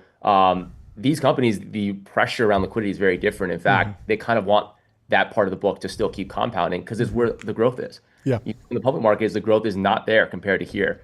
And so if you have the ability to be within a power law asset class and you're in the power law companies and they're performing this well and there's liquidity around them, we've actually seen less of a pressure, which has been kind of interesting. And when there is demand, it's very easy to facilitate it, right? That's why I mentioned like you're holding this thing in your book, you can close the gap between TBPI and DPI relatively easily. And so I think it's creating a different decision for the LPs within these funds. And we've seen increased demand to hold, increased demand to buy. And when there is demand to sell, you're able to facilitate that really easily, as if you're holding a public stock. And once again, that's just very different than kind of what growth venture has experienced, over the previous decade plus. Yeah, you mentioned a number of companies that are maybe public and cash flow positive, so there isn't that pressure to sell. What about those unicorns where they are burning money still? They're hanging on to those high marks. We've seen a couple companies go out at haircuts to their all-time high valuation, but it seems like historically when companies get out at rational valuations, they're somewhat set up for success and they can go into kind of the next chapter of their lives and start growing. There's also this dynamic around M&A maybe being back on the menu. We saw the Wiz acquisition news. Scale had just happened. There's been a few of these. Windsurf's been rumored. And so like the multi-billion-dollar acquisitions seem to be happening. Lena Khan's out, but the administration isn't fully embracing M&A. It's not happening constantly. But how do you think all of this unwinds? Yeah. I think M&A will pick up. I think some companies are, at the tail end of growing back into those marks. Sure. And that just takes time. Some grew back within 12 to 24 months. Some it's taken, 36 to 48 months. Yep. And then there's a large swath that are going to just have to take the pain and think about the business long-term and remark. And there's some that's like super unclear. I don't know what percentage breakdown it is. I can probably confidently say the majority of that 1,000 are going to be in that sort of latter bucket where it's very unclear what's going to happen to them. Yep. And I don't think founders are going to want to operate zombie companies forever. right? Totally. So at some point they're gonna have to find a home, and the investors are gonna have to be willing to take the pain. Yep. But look, there's a lot of companies that uh, grew back into the marks from 2021 over varying degrees of time frame. I mean, Yeah. people forget there are companies in that top 10 to 20 bucket I mentioned that are growing fast and have very efficient, profitable growth. And a bunch of them also had to go through 2021, right? And adjusting kind of their views on pricing. If you can compound past it, great. If not, at some point you're gonna have to make a decision whether it's remarketing the business or selling at something that maybe doesn't clear path. Yeah. And this is just a cycle. It's just you- taking a lot longer to work its way through. Do you think these bigger fund sizes and these more aggressive revenue ramps and these more aggressive valuations getting up into, I mean, time to unicorn for companies that are anywhere near product market fit seems like it's like 3 to 6 months now. Is that putting downward pressure on like the low $100 million tuck-in acquisition that used to be just like such a win for everyone? It's like, yeah, they only raised 10 million. Everyone made money. The founders got, liquid 10 million plus or something. Everyone's happy, and then they can kind of move on with whatever the next chapter is, and they built something cool. It feels like maybe I'm just not hearing those because all the numbers, if it's not in the billions, no one's even breaking through. It's not even going viral. But it does feel like there's just less of those happening, and I'm wondering if it's more driven by, just, hey, it's a lot of overhead to do post-merger integration. Even if we could get it approved, there's the FTC angle. There's also just the pricing angle. What do you think's driving like early stage M&A? The status of early stage M&A. I mean, so many things, right? I mean, one, to your point, you did have an administration that was a lot harder on M&A, and so I think big tech, who was the traditional buyer, let's say the last cycle. Yeah, I'm thinking about that VR company that Zuck bought. That was like, it was VR fitness, and it was like, not a huge deal, not in the billions, and they were like, you're dominant, you're monopolizing VR fitness. It's like, I don't know anyone who does VR fitness. Amazon and Roomba, right? I mean, same thing. It's like the $100 million to a couple $1 billion tucking from big tech definitely got put on pause. Yeah. That's one factor. Another is pricing expectations. I mean, the growth of the asset class, the growth of funds, people kept funding these companies a little longer to keep pushing for product market fit. And therefore you start looking at valuations that become less attractive, right? So that, $100 to $300 million tuck-in was based on a company at Series A that did their Series A at $50 million post, right? Or something like that. I mean, that world is gone, right? So now you've priced yourself out of an acquisition because you've raised too much money. Yeah. It's a seed round now, $50 million post. Like it's exactly. It's a watermelon seed, we're calling it. Watermelon. You keep saying watermelon seed, but watermelon seeds are smaller than any other seeds. Like the mango seed was a big seed round. Yes. The mango has the biggest seed. We're beyond seeds now. Yes. It's just the whole fruit. The whole fruit. I mean, I think that's another dynamic. And so, I just think a lot of this is just structural. Sure. Do I think it comes back? I think on the margins, but it's on the founders. The founders have to say no to the higher valuations if they want to have that as an option. Because once you have 200 million in the pref stack, it's like, you're not going to take $150 million acqui-hire offer, or acquisition offer, or tuck-in. Like, it's just not going to happen. Jordy, I wanted you to ask about capital wars a little bit if you had that question, but if you have something else, feel free to run to that. I mean, I my issue with capital wars is they can have a negative effect on outcomes, but it sounds so awesome. I love you capitals. just want to get involved, right? Capital is the best. I had a more. I mean, I don't know how much there is to say, or if you have any comments there, Christian. It just feels like in every category now you have at least two big, fast-growing players, and then a couple multi-stage investors on each side that are just sort of saying, "Let's ride." And just putting in hundreds of millions, and I think Gurley had a front row seat to that with Uber and Lyft, and how Lyft being funded as though they were, really, really competitive with Uber, even though there was pretty material differences. In the Uber example, harmed Uber for years and years. Yes, but it felt like Uber, it was worth it to fight the capital war because Uber won so hard and now trades at 100x Lyft or something like that. So I don't know. Any thoughts on capital wars and where we are right now? Yeah, obviously, it's an inefficiency in the market. It'd be much better if all the venture dollars that were funding R&D and sales and marketing were consolidated into one company going after one opportunity. Do I think also it's a sign of a vibrant ecosystem as well, that there is that level of competition and there is that level of entrepreneurship where founders all want to go after some opportunities? and sort of have their version or strategy around it. Absolutely. So, like if the business of America is business, as Calvin Coolidge said, I think it's great that there is the ability to have multiple businesses go after the same opportunity. If you look in other ecosystems, when there's one dominant player, there's not 20 startups that get funding and go compete. And so, although it's extremely inefficient, and as an investor perspective, you would like to see everyone just kind of back into the winner, assuming you're in the winner. At the same time, it's also a sign of a vibrant ecosystem where other sort of tech markets don't have this dynamic, right? And so, overall, I think the biggest question, which is going to be very difficult, right, is when are founders willing to merge forces, right, and accept? And I think you've seen that happen here or there in cybersecurity and other categories. Pretty rare. So it's a tall ask. Yeah, and so, the ex-PayPal merger, legendary, Absolutely. worked out really Absolutely. well. So, Well, you roll the tape and you say, what would happen if some of the code gen companies merged and stuff? It had to happen. It 100% has to happen. And a lot of the companies pre-AI, pre-AI, but the latest AI cycle from 2021, like we've been talking about, they're also going to have to go through this version. Yeah. But it's a tall ask, and I think it's just taking a lot longer to work its way through. I mean, Deal is already employing Rippling employees, so imagine if you merge those companies, just one payroll system for all the employees, would be super efficient. That's true. What are you already on the balance hoping on the cap table for both companies? What are you hoping to see out of robotics generally in the next 12 months? Feels like there's just a massive amount of excitement. Everybody's calling it the next. In some ways, like it feels like it could turn into another, even though a lot of robotics applications are kind of, you could bundle them into the American dynamism category broadly, feels like it could turn into its own thing. And even today, an AI cleaning robot firm called Cardinal raises $800 million. Wow. And I'd never heard of this company. I thought you were going to say Gecko because they raised money and they've been going so at this it for a company while. Cardinal just raised $800 million. Wow.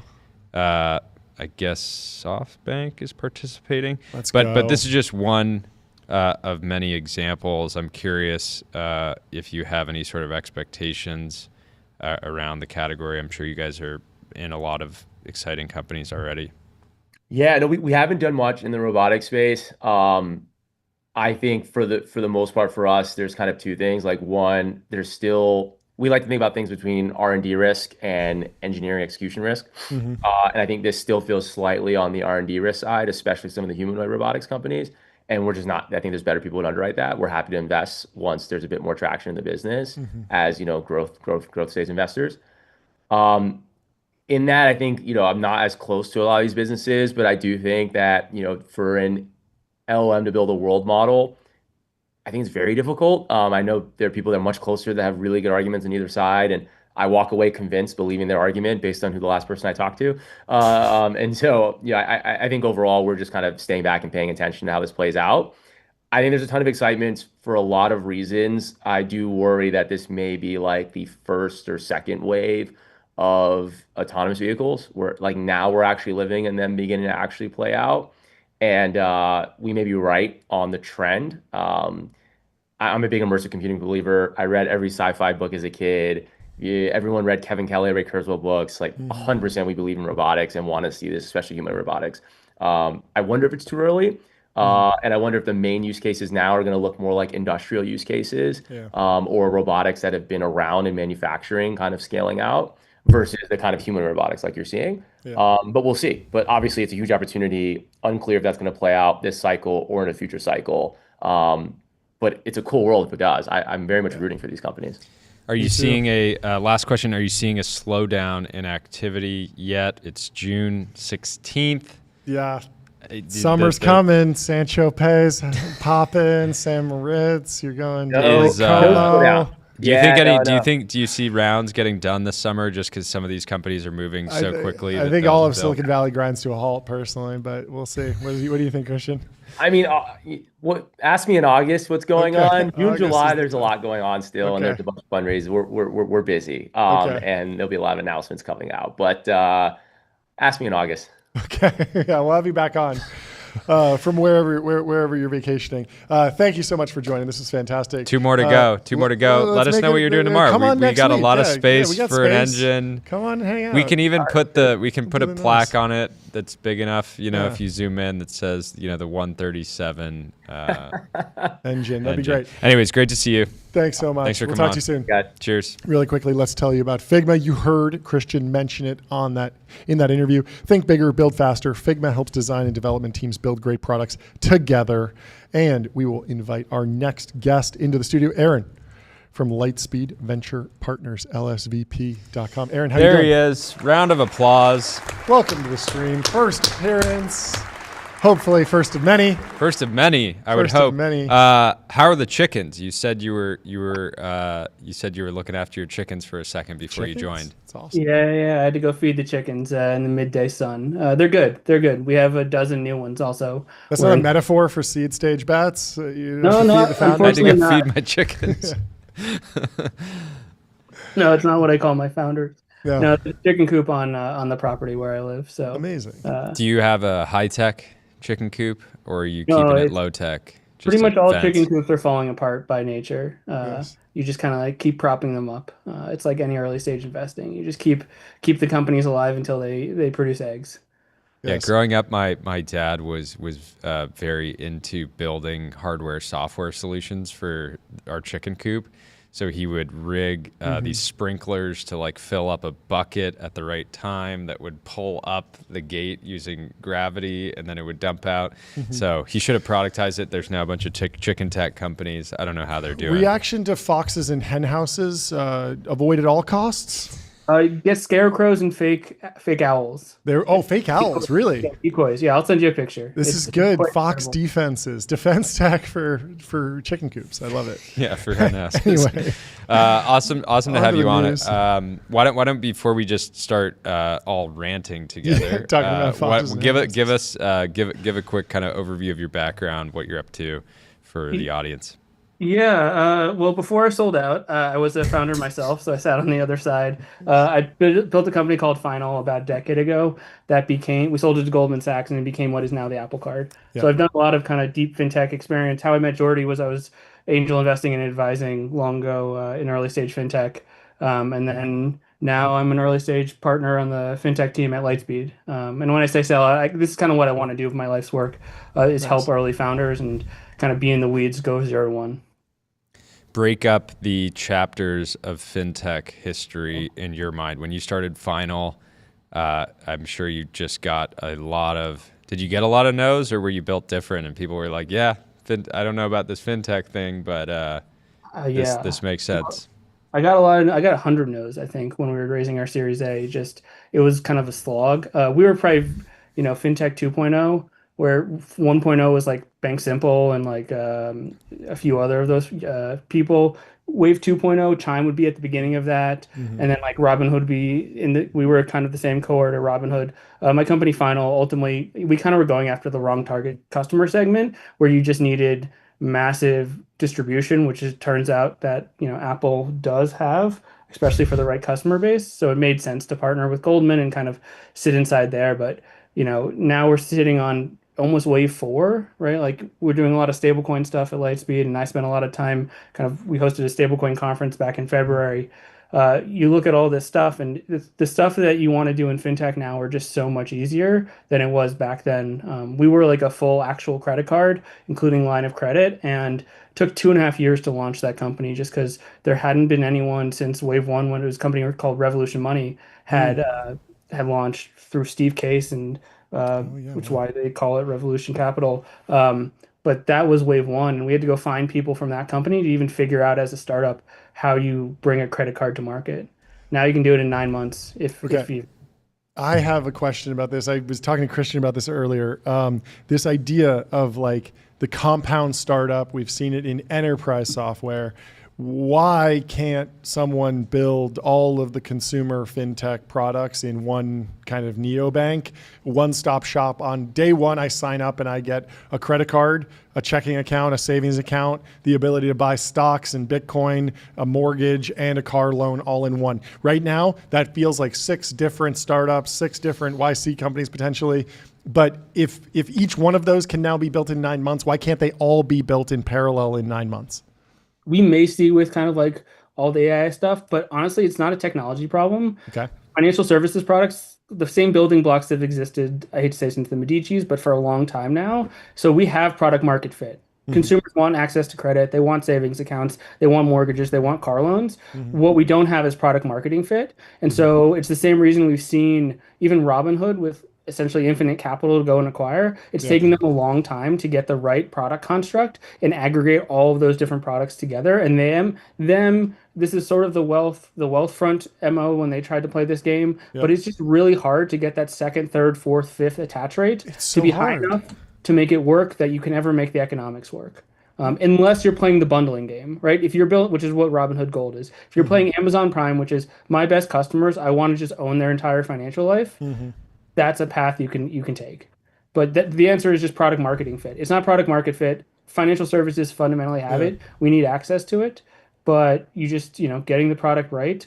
Why would I, if I have trading at Robinhood, go get a shittier checking account from them? Not that they have that, just from across the board. You just need to get the product construct right. And then you're also not going to go out and spend on CAC again. You're going to try to cross sell. So, I'm just wondering about like the product marketing fit, this idea that like if you went to customers with this idea of like, this is the drop-in replacement for your Chase account, which you have your mortgage with and your car loan and your credit card with, and Chase owns a bunch of different stuff, but it's all one solution, one app for everything. Maybe they're all kind of mediocre to start with, but then they all get better. It's interesting that no one's been able to break through with that. But I mean, I think the challenge is you acquire a customer in their 20s and they just need a basic checking account, credit card, and maybe and it's hard to be best in class at everything, right? Because you're like, I want the best possible price for my mortgage, and so unless you can win consistently in every single thing, you're going to get fragmentation. So I think it'd be helpful to talk through a couple recent IPOs, Chime as well as Circle. They Chime, obviously represents what you called fintech 2.0. Started around the time that you guys started Finally got out, well below their 2021 marks, but at least they're out. And we now have proof points too that some of these businesses can do well in the public markets. At least Dave, I think if you bought Dave at the bottom like a year and a half ago or something, you'd be up like crazy multiples. So it's good to see that these sort of neobanks can exist in the public markets. But why don't we start with Chime? What was your reaction? It seems like a pretty solid outcome from my point of view. It's great for everyone, but I think Sequoia or DST did the last round. And even then, I think they're back pretty close to in the money. Ultimately, like liquidity is the future. The Chime IPO is fantastic for the rest of fintech. We will see compounding amounts of capital flow down, one to the early stage funds, but even every single one of their employees over the last, I think it was a 2012 company, 2011, over the last like 13 years, become angels in a meaningful way and just see that there's room for product innovation. They also are a potential one of these aggregators, right? Chime now has an even bigger balance sheet and they can go and after and aggregate people. And maybe it's not the same customer for the multiple products, but they can get deeper into credit. They, in theory, could have bought a Dave or a Moneyline and kind of get that sort of product under the hood. When you look at like a Chase, a $750 billion company or bank, they have to do a lot of things to get to that market cap. So you have to do all of these disparate services that don't always necessarily have the same fundamental core systems underneath. So Chime now as an IPO shows one that fintech actually can have a decacorn as a public company and in neobanking. So we'll see a few others go, and we can also see that we can actually. And I trust Chris and Ryan to go out and do this because they know what they're doing, but they can go and become an aggregator and kind of do more. I think it'll also just drive a few more fintechs to go public because it forces you to be a mature business, get your economies of scale right. And in some sense, the Chime IPO, that it's below the top tick mark, is probably just more a side effect of interest rates being higher and capital finding other sources as opposed to like this thing being worth whatever it's worth today, right? It's still up like 40% from the IPO, which seems pretty successful. And, it's a pretty good win for the industry. Yeah. So before we dive into Circle, is there, how are companies like Chime messaging around AI? It feels like the obvious application is just better customer service, and maybe you can use agents to serve more customers and increase margins. Is that and I'm sure they're applying it around fraud and other use cases. But in your mind, what are the exciting ways that a scaled fintech like Chime can actually apply this stuff? Yeah, I mean, it's where there's ever in industry speak, and coming from credit cards, there's a lot of industry speak. It's where we can apply AI to arms and legs, right? Like people are this massive cost. So customer service is one thing, but really it's actually the back offices of a lot of these businesses. We've invested in a company that does dispute management and then like as a professional service plus AI. And so you are able to give what is effectively an AI powered BPO and do this for other companies. But for someone like Chime, pre-IPO, they announced that I think they call it Chime Core. Like they built their own processing stack and they kind of are getting off of Galileo, which is owned by SoFi slowly. AI enables kind of all of these macro tailwinds that just really give them better economies of scale as a bank to operate. Tier one is customer service. Tier two is then really like, a bank is kind of like an iceberg. As a consumer, you only see above the water, but there's so much below the water to make these things really work. And that's where Chime is like able to actually, and all of these kind of scaled neobanks and fintech companies are able to use AI to provide better services for their customers. You can almost think of it as like applied AI, right? They're not research companies, but they really can find places just to replace where they've thrown bodies at problems in the past. That makes sense. How are late stage private market investors as well as public market investors looking at fintech businesses that get a large amount of their revenue from interest yield? It felt like when interest rates popped in late 2022 and have sort of stabilized, it felt like people were kind of looking around and being like, okay, a bunch of these businesses are generating a lot of revenue now, but everyone was discounting it so massively. Now, if you look at the macro, it seems like we potentially have entered into a new normal with just like sort of moderate rates. Is that the way people are looking at it, or is it still like a massive discount being applied? In the private markets, there's still a pretty big discount. Some people will give you credit, and the reason you give someone credit is just because it lets you compound the business, right? Like you're essentially immediately profitable post ZERP ending because you just had all these deposits. It's going to flow to you, and you're going to be able to make all of this interest revenue. And the best founders are now just compounding that into other business lines, and using that to just bring kind of more of what you're talking about of all of these different services. We see it a little bit more in small business than we see it in consumer, just because if you're pitching a consumer on a high interest rate, they're typically a pretty like hot deposit. They're going to move around, and it's just not the best person to build against. Whereas a business, you're actually giving services, and so you're able to charge them across the board. But yeah, so there's a pretty big discount on it. But it's not back to ZERP discount, which is I think what everyone was expecting initially. It's more akin to 2 to 3 point rate, wherever the 2-year T is. It feels about right, just from where we're expecting the market to come back to. That makes sense. What was your reaction to Circle's IPO? We had Jeremy, the CEO, on the show, which was great. They have a big, bold vision. I think they've executed very, very well. And at the same time, it was interesting to see the market reaction to stables versus how people initially reacted to the S1, which many people looked at it and said, this company shouldn't actually go out. Like they should just get acquired by Coinbase. And clearly there was an exceptional amount of demand, but I'm curious how you kind of looked at the business pre and then post IPO. Yeah, I mean, pre-IPO is the same kind of look. Like all the revenue goes to Coinbase, and I know a bunch of Circle people. I know Jeremy. He actually spoke at our conference, and have been able to get closer to them. But it's one of those that if you think about the macro trend of stablecoins, and this isn't Circle specific, but the biggest export in the U.S. economy is the U.S. dollar. Post Bretton Woods. Let's give it up for the U.S. dollar.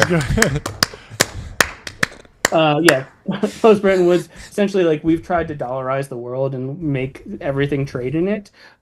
Circle IPO is just showing that there's more demand for that, right? There's one, retail demand for kind of like a normal crypto company in the public markets, but two is if you think about where the world might go, where the dollar might just be, it's already hegemonic, but it becomes the only meaningful currency.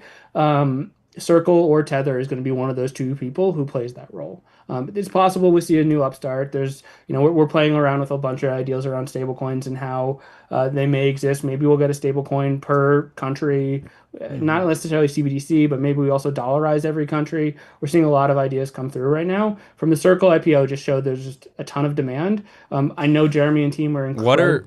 What are every single person that is at a legacy financial institution or a big bank is looking at the Circle IPO and, probably excited and a little bit like we should do this ourselves, starting to think about, should we have our own stablecoin, et cetera. I can think of some reasons why they have more of a moat than the average person just kind of analyzing the business for the first time might think, right? They have liquidity, deep partnerships. They have a regulatory, sort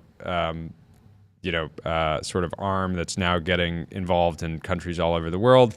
They have developer tooling that's really powerful. So they've done quite a lot to build out their sort of long-term edge. But I'm curious why you think Circle could potentially continue to sort of durably accrue value, even though other people will naturally start to compete with them.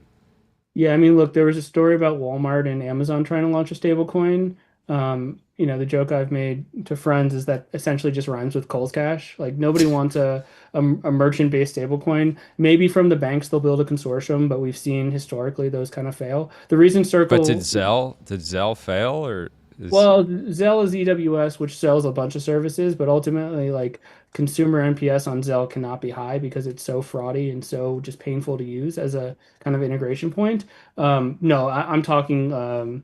Man, it used to be called SoftPay. At one point, it was called ISIS. Was this bank consortium of pay by bank? I kid you not. Crazy name for a bank consortium. They had to rebrand when ISIS chose the same name as them. Brutal. To SoftPay. And then JPM bought them to take them out of the market so that nobody could really see how bad it was. So like a bank consortium with stablecoin makes sense. There's a bunch of people. Greg Kidd, who is one of the early angels into Twitter, Square, Ripple, Coinbase, is working on something called USDB. We're going to see a lot of these things play out. Circle just has this, like in financial services, scale is what makes you win a lot of the times, or it gives you a real network effect. Circle is going to spend a lot of this money trying to build sort of a network like Visa, MasterCard is kind of the underlying bet, where they can get merchants on one side and get consumers on the other. Whether or not it's for supplier payments and B2B stuff or B2C payments is a little unclear. And I'm sure, if I were them, I'd be throwing everything against the wall to make it stick. They had a lot of announcements pre-IPO in pretty much all of April and early May, which seemed like stuff that they really been working on for a while and just weren't sure, kind of due to the Trump tariffs, if they'd be able to go out, if the market would reopen. They got that stuff out there. It's a very strong narrative of what they can do into the future. It's just now they have to go and execute on it. And that's one of the things, they're fighting an uphill battle of network effect in traditional financial services.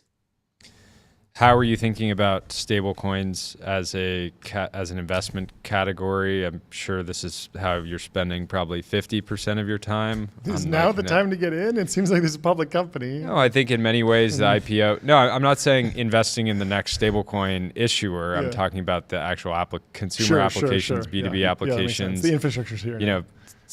To me, it's I can imagine a massive wave of companies being funded that try to ride the stablecoin wave, but then ultimately end up getting just Sherlocked by circles and stripes and things like that. But how do you think about it? Yeah, I mean, so I'm an early stage investor for the most part. Like I bet on people, and then I'm looking for companies and founders I fall in love with, and then want to figure out how to deploy capital into them. Stablecoins is this current trend. Every company is now, in some sense, a stablecoin company, if it makes sense for their business. Just like every company is an AI company. We figured out a few archetypes of founders, and I was joking with one of my founder friends of like, we'll probably coin it as Money 3.0 founders, where they're very serious about how you handle a business that actually touches money. But on the other side of it, they're taking all the efficiencies that come with crypto. And when you combine the two, you end up in a world which is stablecoins. So we've been able to back about 2 companies right now in the last few months doing that. We've seen a lot of the companies kind of in the middle of the sandwich, which is like you have issuance, you have consumer distribution. In the middle, you have a lot of orchestration, you have a lot of like actual bill pay and stuff like that. We've sat more on the issuance side and core infrastructure side. We've looked a lot at the kind of like later stage distribution side and just have realized that in the middle, you're going to get squeezed. The issuers like Circle are going to have to move up market and verticalize, or the distribution plays where they control all the value from the consumer and can build a better product. They're going to have to move down market and kind of eat down the stack, or dual source or triple source their vendors so that they can, at the end of the day, squeeze them on margin, which is honestly, from a distribution perspective, the traditional fintech play. It's what Cash App, it's what Chime has done. You put as many vendors behind you as possible that do the same thing, and then when you go to rebid the contract, you just squeeze them. So we've made a few bets in the space, and really, when we're seeing demand on the distribution side, we're seeing it honestly outside the U.S. I personally haven't figured out a use case where stablecoins reduce the friction of that you see in the US banking system. But if I'm not in America and I want access to the US dollar, it's the fastest way for me to get access to the US dollar in something that looks like a US bank account. It also helps for people who are, Operation What Choke about Point. buying a car on the weekend? You can still do that. There are services that do that. Fedwire is actually, I believe, 7-day settlement now. So with the right bank, you can even do that. Oh, But interesting. also, like, do you actually Stablecoins want a full mogged. circle? Like, what? Fedwire Bearish mogs. for Stables. stablecoins. Like, Yeah, I mean, No, like, I mean there's a bunch of other. There's so many other use cases. I mean, streaming. I mean there's. It's the thing is, like, if you think how Visa and MasterCard work, they're the biggest factoring networks in the world. They're taking risk, they're adjudicating risk for a bank when a consumer swipes. And so what is the risk that Visa, MasterCard, and Amex Discover take? It's single digit, maybe like 12 basis points. The rest of that interchange flows to the bank. It flows to the issuer who's actually taking the real risk. And so if stablecoins and Visa and MasterCard are both taking this very seriously, if stablecoins start kind of eating their lunch, we're going to enter a world where they're just going to cut rates and we're going to get a much more, I hate to say efficient, we're going to get a less lucrative card issuing and kind of network-based world there for the big banks, where Chase can no longer offer you, Capital One can't offer you high rewards because there's no margin in it for them. interesting. So will we see protests in the streets from points maxers? Just saying like we don't want points guy efficiency. We do not want efficiency in the financial system. Yeah, the we points want to guy's keep gonna be rewards high. really upset. Well, they'll just hire their lobbyists finally, right? Like crypto got around to hiring lobbyists. The points guys will. Points guys will. What about unexpected beneficiaries? Oh, sorry. I'll let you No. finish. I was going to say the banks also want high interchange, so they're actually fighting this well. It's why they're trying to put out stablecoins. It's going to get messy. Like, we're going to overinvest in the space, like we do in everything in venture, and then at the end of the day, a few winners will emerge. Circle's been around for so long that like it clearly makes sense they got big, they aggregated a lot of value, and now we're going to see a lot of people come for that opportunity as well. What were you gonna say, John? What about unexpected beneficiaries of stablecoins? I've heard that potentially some payroll companies that maybe hold on to tax withholding, they might be able to earn higher yield because they're able to actually hold the treasuries themselves. Do stablecoins unlock any sort of float dynamics and shift it from a bank making an interest rate return on float that they're holding versus the company can now do it because of stablecoins? Are there any kind of unlocks like that might be happening? If I live in, I hate to say Venezuela, Colombia, but if I live so for what your use case, not for a sophisticated business, you should be having a serious conversation with your bank to figure out how you earn that float. Small scale, it may get you better economics, but it's not going to move the needle economics, right? There's only so much juice to squeeze from that orange. Really, the side effect is like, I no longer have to trust my government as an international human, right? Like I don't I can move my savings into the US dollar, which right now is in theory the least volatile currency. But from like US companies, there's a little bit of friction reduction. It lubricates the system a little. But at any meaningful scale, you're going to take most of that yield anyway, because you're going to go back to your bank partner where if I'm a payroll company, I have a direct relationship with some bank somewhere, and I'm going to take some of that yield. The other thing I should say is stablecoins are in theory two things. One is that's the actually underlying treasury, which actually holds a risk asset. It's a U.S. usually it's a T-bill of some sort. Yeah. But the other side of it is a payment vehicle, and payment vehicles traditionally are not risk assets. You send them, and the money is good, right? Like, and so it's one of those like the benefit that we see is really on the payment side. On the yielding side, maybe we'll get securitized CD bill like T-bills and T-bonds, and like we'll get securitized CDs, and like somebody will actually have direct access to Treasury to get these things ad hoc. But it's a bit out because there's just so much demand on the payment side of this industry, and it's really hard for all of us to grasp truly how big payments are. Like that's why stable coins are taking off. It's giving people access to the U.S. banking system in such large volumes that they otherwise wouldn't have been able to. What about geopolitical risk? I imagine that if I'm a dictator in another country and I'm watching all my citizens like go off of my currency that I control, I would want to ban that. Is that a major risk? Are we beyond those discussions at this point? You can ban the on-ramps, off-ramps. You can ban your ability for your citizens to get into a stable coin directly, but not indirectly through crypto, right? Like I can go buy Bitcoin and then swap that into USDC. Yeah, that's kind of the running joke between a few of my friends on the back channel of like who's gonna be the first startup to just aggressively essentially become an arm of the CIA and new USAID in dollarized countries to promote U.S. hegemony. It's like half a joke. It also is just going to naturally happen. Yeah. If I don't have to worry about the volatility of my currency, and I'm a human who's not living paycheck to paycheck, so I actually have savings. Why would I want my local currency if I'm not going to actually spend that money, and I actually want to be able to save for the long term? And there is no ability for you to capture that money because it's my private keys. It's so there's a ton of value there. There is some geopolitical risk, but at the end of the day, it's one of those that I think the world's going to have to move through it, not past it. Yeah, so you're not worried about like a great firewall for all the on-ramps and off-ramps. And then, I mean, if you make it illegal that someone's discovered with stable coins, you're holding USDC and now you go to jail, like that is a serious headwind towards stablecoin adoption in a dictatorship, I imagine. Yeah, it's a question. Yeah, for maybe unfriendly countries to the U.S., but like if you're semi-friendly, do you want to actually do that? That is crazy. Off, right? Like especially when the Trump family is so heavily involved with digital assets, and such big believers. Believers. The joke I made last week was like, why even issue stable coins against Treasury bills? We might as well issue it against the U.S. military. So like, if you're a friend of the U.S., you're not going to really cut us off. Yeah. Shoot against. Well, that may be why is Coinbase, sponsor the Army parade. Maybe, yeah. Maybe they're cooking. Maybe they're cooking. Millcoin, it's coming soon. Millcoin. Any kind of events in the sort of broader fintech stablecoin world that are coming down the pipeline, potential IPOs, catalysts that you're kind of looking out for, or is it summer break and we can just all check back in the fall? Isn't there a stablecoin bill going through right now? Yeah, the Genius Act, they're going to negotiate it. I try not to play politics at all. It's just not where I have the expertise.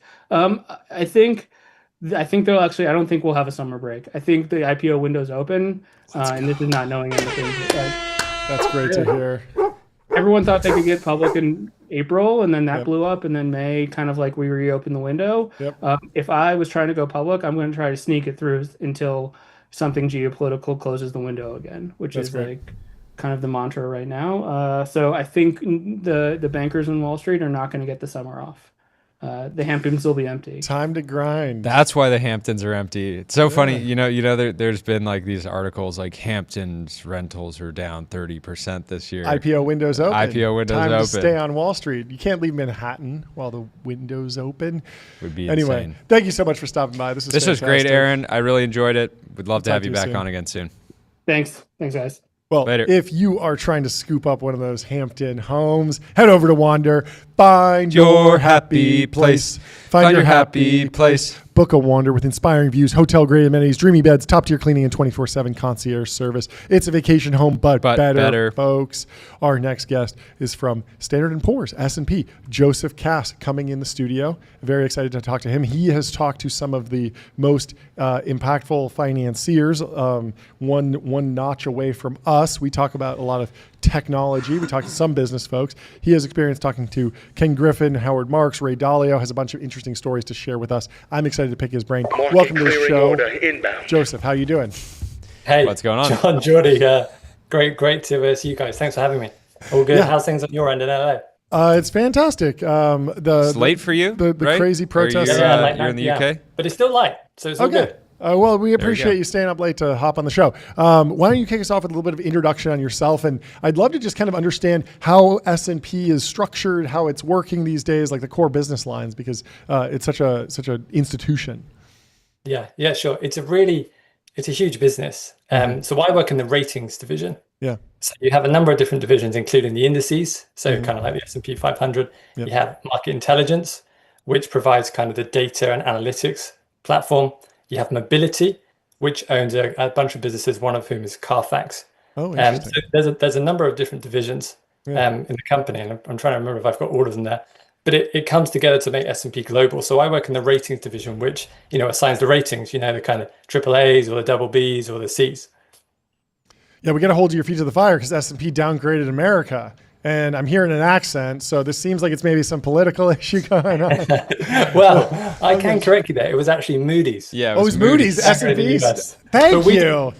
The S&P did downgrade the US, but I think it was I want to say it was about over 10 years ago. So Moody's come down to the same level that we were kind of 10 years ago. Okay. Well, yeah, we'll take it up with Moody's. Anyway, I'd love to go through some of the folks that you've interviewed and hear some stories. Why don't we kick it off with Ken Griffin?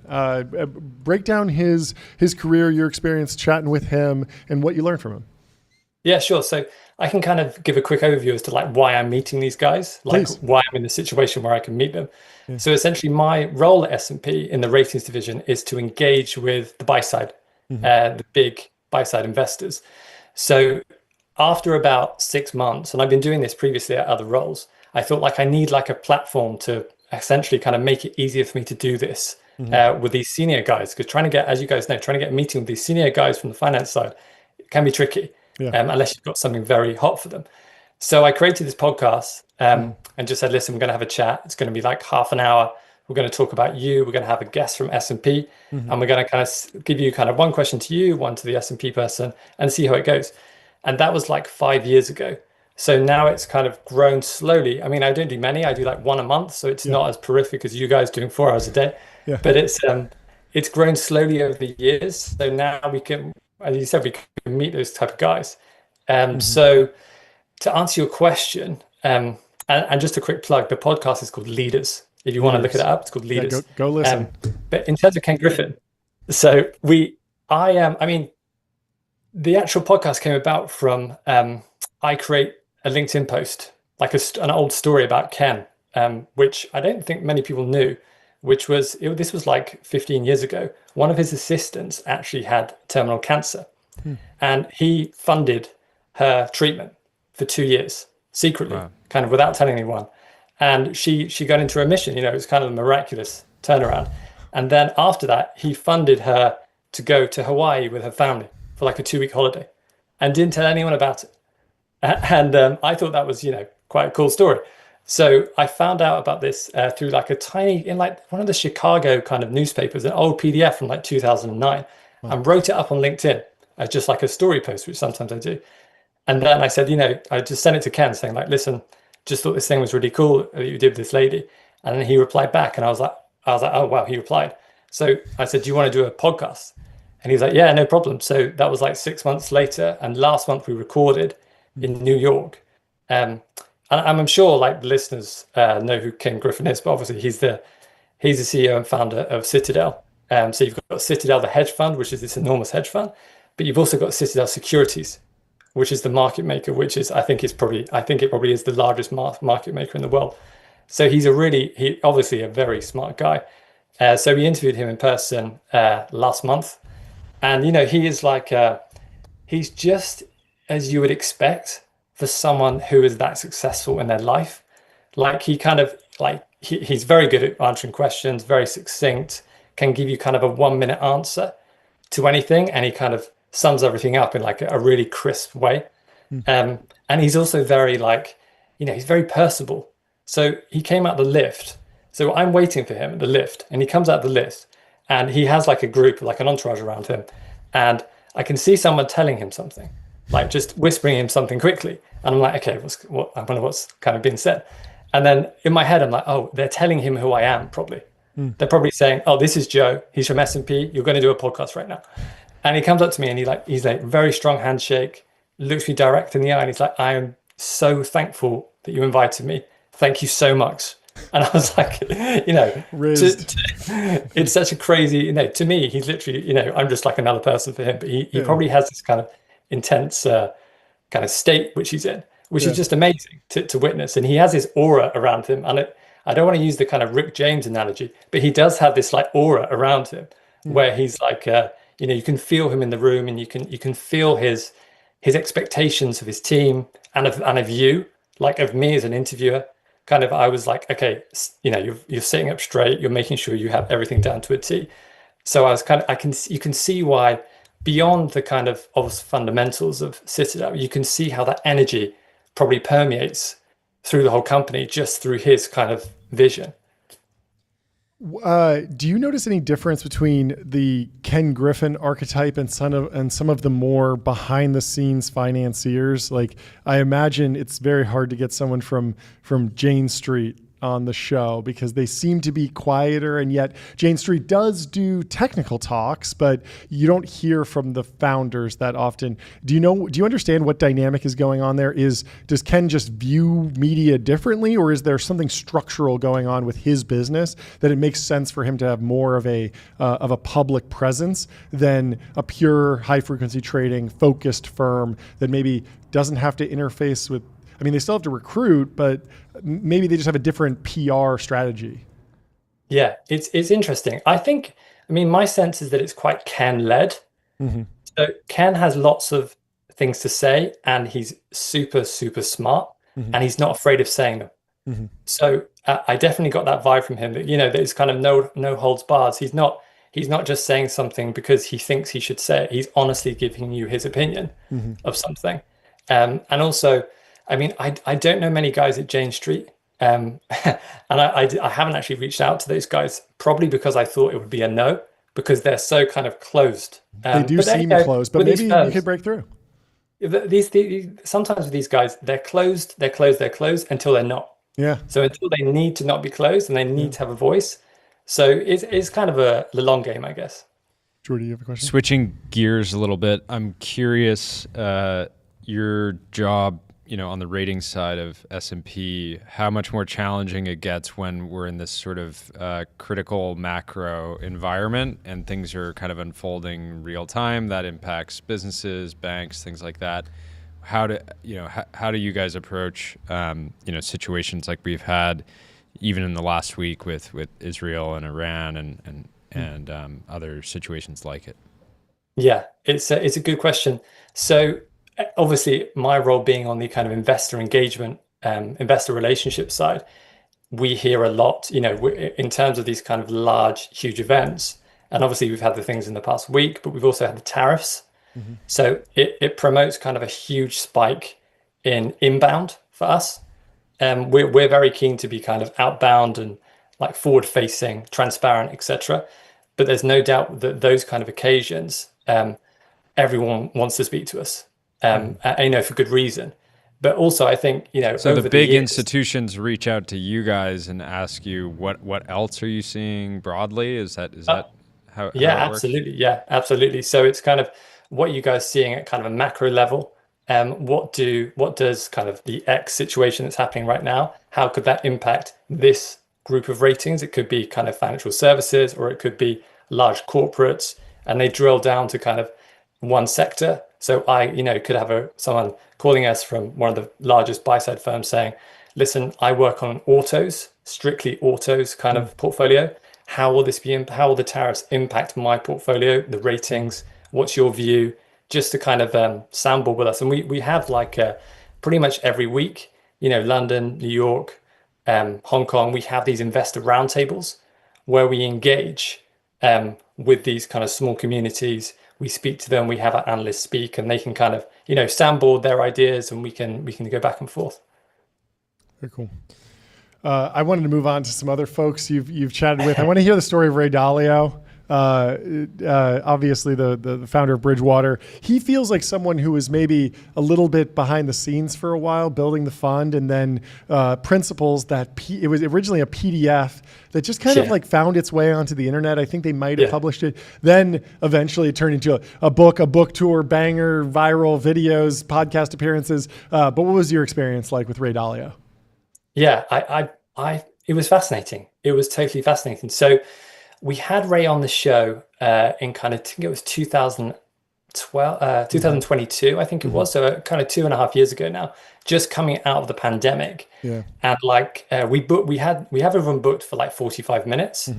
And I think kind of, because usually it goes on for about half an hour and we want some just overrun time in case stuff goes wrong. And Ray spoke for, it was coming up to 2 hours to the point. So he was very generous with his time. He had lots of things to say. And like he has lots of things to say on lots of different topics. And he's very good at kind of connecting the dots, like making links. So for example, when I was speaking to him, I kind of asked some crazy questions, some off the wall questions to try and make it interesting. So I was talking about my first job at McDonald's. So I used to work on the first window of the drive-through and like take the order for people in McDonald's here in my hometown. And Ray was like, "Oh, it's so funny you say that because I set up the hedging strategy for the McNugget. So the only reason the McNugget is on the menu is because I set up this trading strategy for McDonald's and the supplier." So like he's very good. He's very cool guy, but he's very like he's very personable and so good at like linking A to B. That's hilarious. You always got to be hedging your McNuggets. Yeah. I've heard about that. I mean, there's the entire supply chain, and of course, McDonald's doesn't want exposure to all that. And there's like that famous example of like Southwest successfully hedged gasoline prices for a while, and that was a massive beneficiary of that for a long time. These like small little kind of minute financial operations downstream, like the CFO is just kind of off doing something, can have like a massive impact on the trajectory of the business when they pull it off. Talk to me about Ryan Serhant. He feels like someone who is potentially underrated as a business leader, business thinker. People know him as a reality TV star, essentially, and yet he's built this massive media business. You're obviously in the media industry. We are as well. What did you learn from him? What's the experience been like working with him and talking to him? Yeah, he's my personal opinion here, not S&P's. He's he's someone to look out for, especially in this space. So he, as you say, he started off in reality TV, which, sometimes, especially people in the UK, they kind of look down their nose at those type of people. Of course. But when he started to kind of how he leveraged his appearance, but also his media, like his content is enormous. I think across all platforms, it's something like 7 or 8 million. Wow. He has like multiple YouTube accounts. He has Instagram, he has TikTok, all the kind of usual suspects. He has LinkedIn, and he has this content to commerce model whereby I met him when I was in New York just to talk about this just randomly. And I said, "Listen, I'm in New York. Do you want to talk about this?" He was like, "Yeah." And so we just met up and spoke about this very thing, whereby he has like his client base could be, super, super high net worth, or it could be kind of someone looking for like a $1 million apartment in New York, or it could be potentially the child of the client. So that's a big one. So he's very smartly said, "Listen, I just want to spread the board with this." So we've got the YouTube for the kind of like millennials. We've got TikTok for the younger guys. So I said, "Listen, what does this mean like in terms of like revenue, basically?" And he said, "Well, we sold this like, I can't remember how many million, but it's very expensive property off the back of one of the children seeing a TikTok." So crazy. So they said, look at this thing that this guy's selling in New York. They showed it to the mom and dad. Mom and dad said, "That's great. Let's go and have a look at it." And, and then it's sold. So like, he's definitely got like a very interesting model, which to be honest, I think, again, me personally speaking, at S&P, lots of other kind of industries, sectors could kind of adopt this model. I don't know why they're not. It's kind of been proven now. Yeah. I've heard that story before, and I've heard that he has something like 60 to 80 people working just on content in his organization to really pipeline everything out across all the different platforms. And he's cast a very wide net, but he's built a fantastic business around it. So when I was there, No, I had a totally unrelated question that I can cap it off with. If you Please guys are cap ready. it off. This has been fantastic. I wanted to get your read, since you talk to a lot of these buy-side institutions.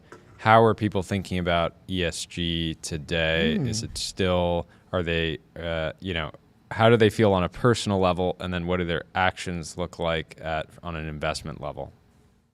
Yeah, I think, on a personal level, it's kind of tricky to answer that one, because I can probably answer on like professionally what they're telling us, and on institutional basis. So in kind of 21, 22, the ESG kind of, it was just enormous. We couldn't have a conversation with an investor about anything without them mentioning ESG in some way, and how does this link to ESG, or the S, or how does the G factor into this stuff? So whereas now, especially kind of in the past, I don't know, 6 months to a year, maybe a bit longer around that time, I'd say it's definitely a part of their kind of investment thesis, but they're not necessarily pushing it to the front. So I don't think that they've kind of, totally dropped this idea. I definitely don't think that's the case, because we still get lots of inquiries. We have lots of conversations around sustainability. Not so much, the brand of ESG seemed to have kind of died, but sustainability is growing in the amount of kind of inbound and outbound we're having, the products we're seeing in the market. There's lots of, I'd say it's definitely not kind of just been dropped, which I think may be the perception by some people. Totally. Yeah. That's fascinating. Makes sense. Well, thank you so much for stopping by. This was a great conversation. We'd love to have you back, and we will talk to you soon. Enjoy the evening. Thank you so much for staying up late to talk to us. Thanks so much, man. We'll talk to you soon. Cheers. Well, let's go back to the timeline and run through some posts. We mentioned it earlier, but DHH raced in the 24 Hours Le Mans. Basecamp Mobile. Number 22 is ready. Let's go. So congratulations to him. He's driven it multiple times now. Wait, we have to try to figure out how he actually did. You work on that. I will stay in automotive world. Nick Cruz Patain says hailing a Tesla robotaxi directly from the X app would change the game. There are approximately 600 million active users per month on X. Interesting. There's already a lot of buttons in the X panel. Grok, you got chat. There's a Signal competitor now. There's communities. I always wonder about how much you can add, how much you can bloat before you need a separate app. They already slapped some AI in there. Why not slap some robotaxis in there too, John? I got the results pulled up. DHH says we had the pace for a podium, but power stealing failure and a missed pit stop meant P7. Still the greatest race in the world. That's amazing. It's so funny because you don't think of Basecamp as like a super active major advertiser, no. Right? Like they like to do this, have the product do the talking. Yeah. But it looks fantastic on some race gear. So congratulations, P7. The car looks fantastic as well. So we'll have to have him on the show to break it all down. Totally. Mike Knoop had some interesting reporting from TechCrunch. Waymo rides are costing more than Uber and Lyft, and people are paying anyway. He says, true for most automation scenarios. Given machine intelligence on par with human capability for a task, machines offer lower variability and will be preferred, even commanding a premium on price. Big call. Yeah, this is what Chris Pike was talking about. Yeah. The idea of like if you are a gating function to getting the thing that the person wants and you're not in that leisure category, the robot will be preferred. But yeah, I mean, it makes sense. Have you ridden in a Waymo yet? I don't think so, right? I have not. I've taken one ride in SF. It was pretty nice. We should call one today. Take it around the block. I don't think they're in LA right now. I think they actually all did. left. I don't know. We'll have to figure it out. But I think they might have actually shut it down for a little bit. Long march back to San Francisco. I don't think so. We got another post here from Laserboat999. Love it. Coke tastes like tapping into your ancient ancestral petroleum reserves, while Sprite tastes like being connected to a big, beautiful energy grid. 1.4 million views. I love it. And then Celsius, daybreak over the computer world. A real grasp of the English language. Fantastic. People are really enjoying posting about Diet Coke and Coca-Cola and all the sodas right now. The Diet Coke. They've never been better. They've never been better. Yeah. They're peaking. Yeah, they're peaking. They're peaking. Yeah, and the organic marketing is working. I love it. In an era, you'd have been Homer with that. That is spectacular. I completely agree. What a fantastic post. The Very big, well beautiful written. energy grid. Anyway. We have a post here from Circe. If I see a guy in a suit at the airport, I just assume he works for Deloitte. Or is we a gotta technology and change this. business podcaster. Or he's a technology businessman. Who knows? It could be an international businessman. This You just don't see international businessmen flying in suits anymore. No. There's almost no suits in business class. Not yet. They're coming back. The level of disrespect people have for the airport wearing joggers. Yeah, exactly. Yeah, if you want the pilot to take this, what are you running from? Yeah, if you want the pilot to take the the safety of your plane seriously, maybe you should take. Imagine getting on a plane and the pilot's wearing athleisure. Yeah, not gonna happen. I am cooked. Not gonna happen. I am cooked. Yeah, you should be thrown out. I wanted to shout this out. Yeah, the Cadillac F1 team just posted go. over 60 jobs. So if you are wanting to work for, a true American luxury brand in Cadillac, or get involved with F1, head on over there. I'm excited for them to hit the grid. They really are hiring in every department. They have like finance, operations people, and all sorts of stuff. Get into Cadillac F1. Get them on ramp. Huge alpha. Play the long game. Huge alpha there. Yeah. Chess.com.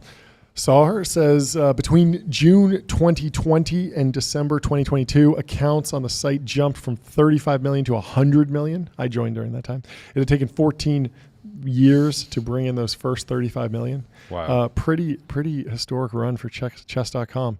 The business is doing great. Privately owned, founded in 2005, makes most of its money from subscribers who pay $5 to $15 a month for features such as unlimited play and post-match analysis. ARR, it's over $100 million.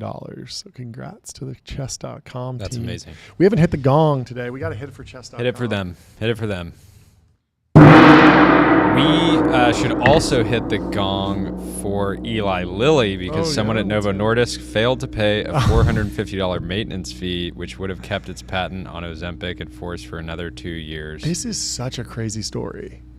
That's like, what, like $50 billion of value or something like that for $450. Just absolutely brutal. Maintenance fee. What a mistake. Good reminder. It is all the people with IP out there. Go pay those maintenance fees. Yeah. This is a use for AI agents, just constantly trolling for what fees am I not paying? Read every email inbox, check in with all of the different patent databases, and make sure that we're up to date on our maintenance fees, because $450 costing you billions is insane to me. Anyway, there's a new unicorn. You got to hit the size gong for Gecko. You want to hit it? Let's hit it. Gecko Robotics has raised $125 million at 1.25. They build robots and AI software to inspect and improve important infrastructure like power plants, factories, and military systems. I think Trey Stevens is on the board.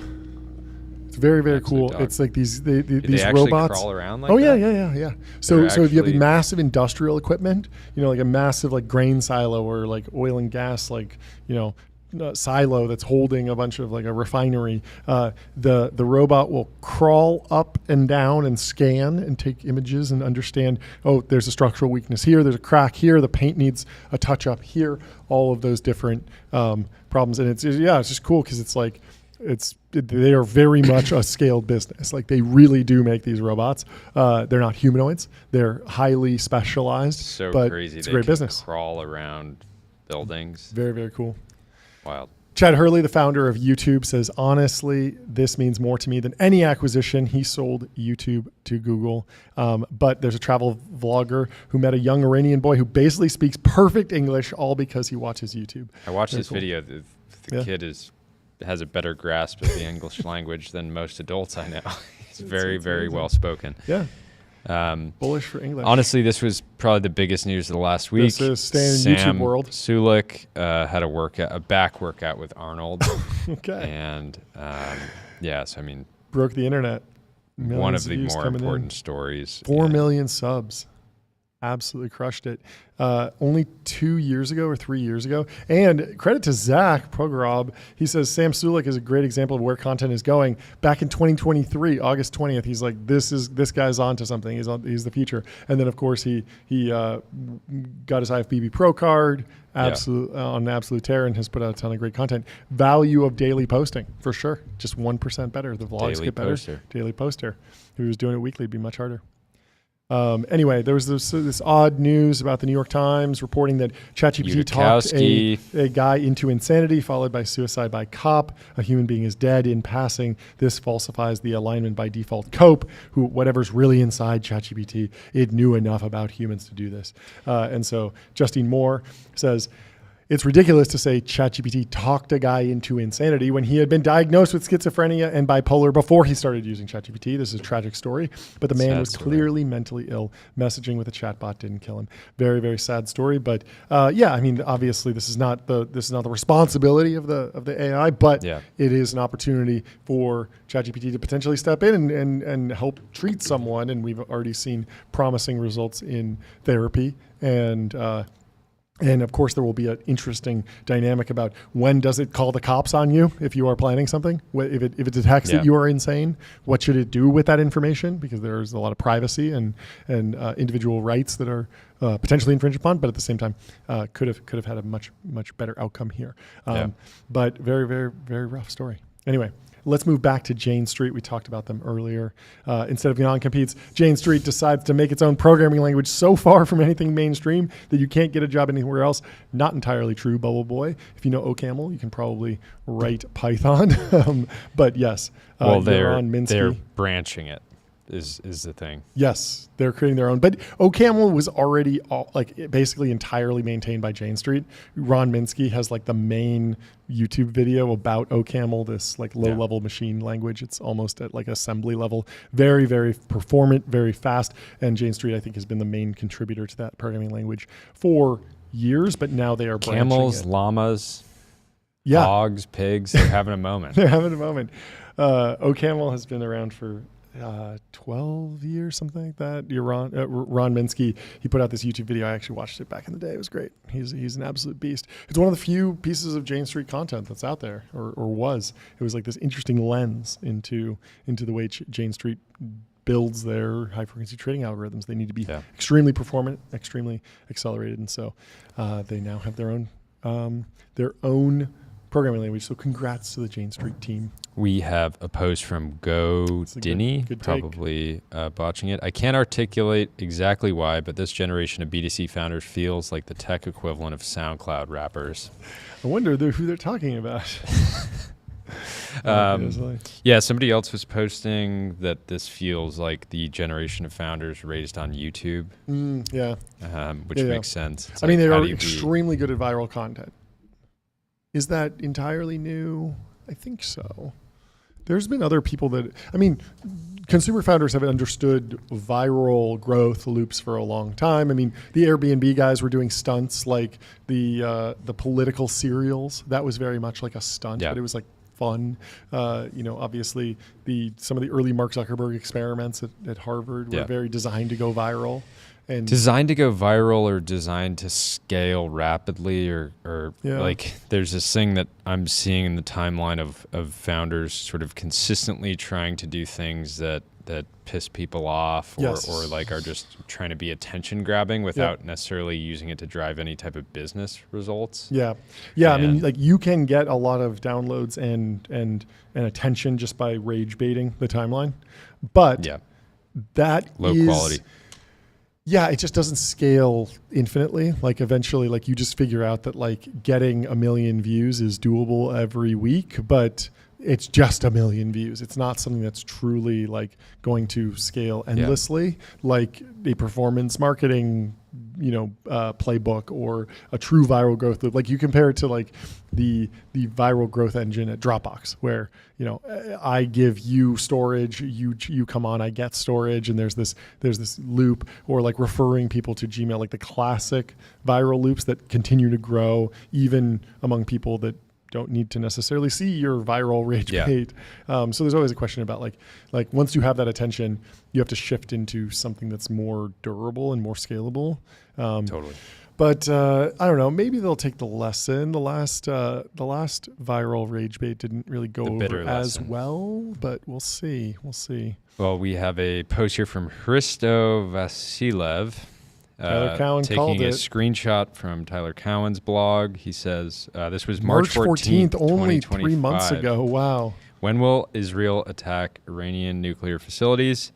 He says, it seems this ought to happen soon, though it is not yet a major news item. Wow. Iranian air defenses are severely disrupted, though not forever. The Hezbollah counterattack has been more than neutralized, and no alternative deterrent has been put in its place.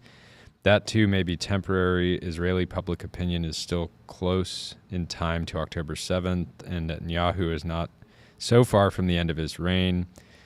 Netanyahu started his reign when I was 6 months old. Is he supposed to wind down soon?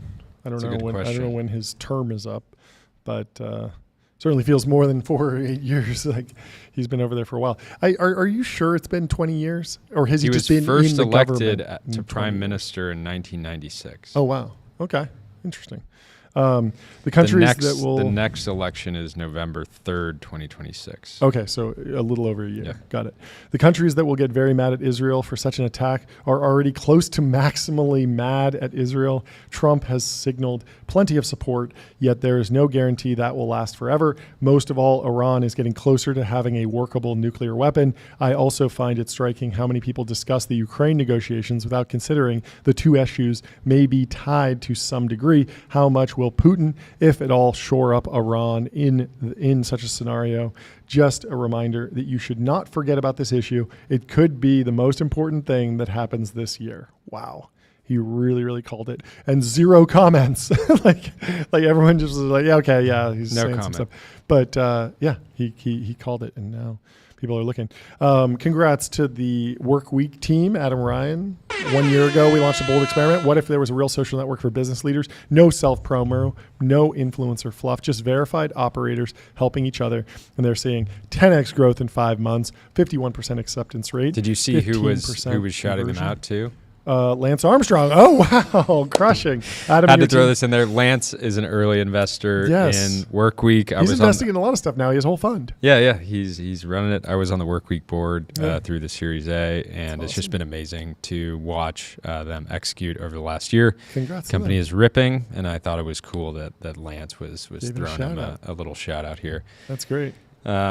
Anyways, I thought this was posted on Friday, but it was just funny. I got to include it. This Neil Rennick. Wow, what a stressful week at work. Time to relax by holding a phone, beaming endless streams of horrific international news inches from my head. It's ridiculous. At that is what- 220,000 likes. Everyone's feeling the exact same thing. And that Everybody's really was this monitoring. weekend. Like I went to the beach on Sunday, and all of Los Angeles was just peaceful. I mean, I saw one train of like cop cars kind of moving from one part of the city to the other, but I didn't see any protests, didn't see any real fallout. Like things were pretty quiet in America generally, but you go online and it's just like, I mean, you read like the cover of the Wall Street Journal and it's just like flames and insane. Yeah, that picture is crazy because there's crazy stuff happening in the world, but fortunately, due to the amazing technology, it's beamed directly to your face. Yeah. In other news, the Founder Pump Fun as well as Pump Fun have been banned from X. Oh, why? And I was seeing this because Dan Romero posted something decentralized doesn't matter until it does. Farcaster is interesting, effectively yeah. a sufficiently decentralized version of X. So he's kind of making his case there, but we'll see how that evolves. But overall, slow news day. Pretty slow news day. Only geopolitically. It's a great time to be a political podcaster. You got Trump, Elon, Waymos, you The got Iran, assassinations. you got assassinations. There's so much stuff.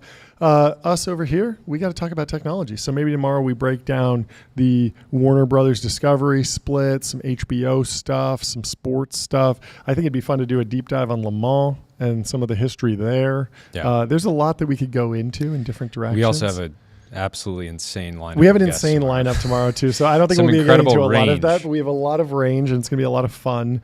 And so stay tuned for tomorrow because we have a banger lineup. Well, you'll hear about it in the morning. Thank you for tuning in. Thank you to our incredible production team. Thank you to Tyler, who learned all there is to know about biotech today. Yes, You're a he's in the master. home of the golden retriever, GLP-1. I like the AI generated. You good, Tyler? Yeah, I found this Bring great it down. concoction I've cooked up. Okay. Do you want me to? Okay, let's please. hear it. Okay, so this is optimal, golden retriever maxing. Okay. So there's 3 parts, right? Hotter, friendlier, dumber. So for hotter, I have melanotin. Okay. It's like injections to get you more tan, so you can have a nice bronze. Okay. The next one is growth hormone peptides. So I think Jordy knows a lot about peptides. Yeah. Yeah. So what That's what do you kind of think the about king. That's kind of the king peptide. Yeah. You can do a lot of stuff around human growth hormone, but at the end of the day, if you really playing to Take it win, seriously. just do it. Okay. Sounds good.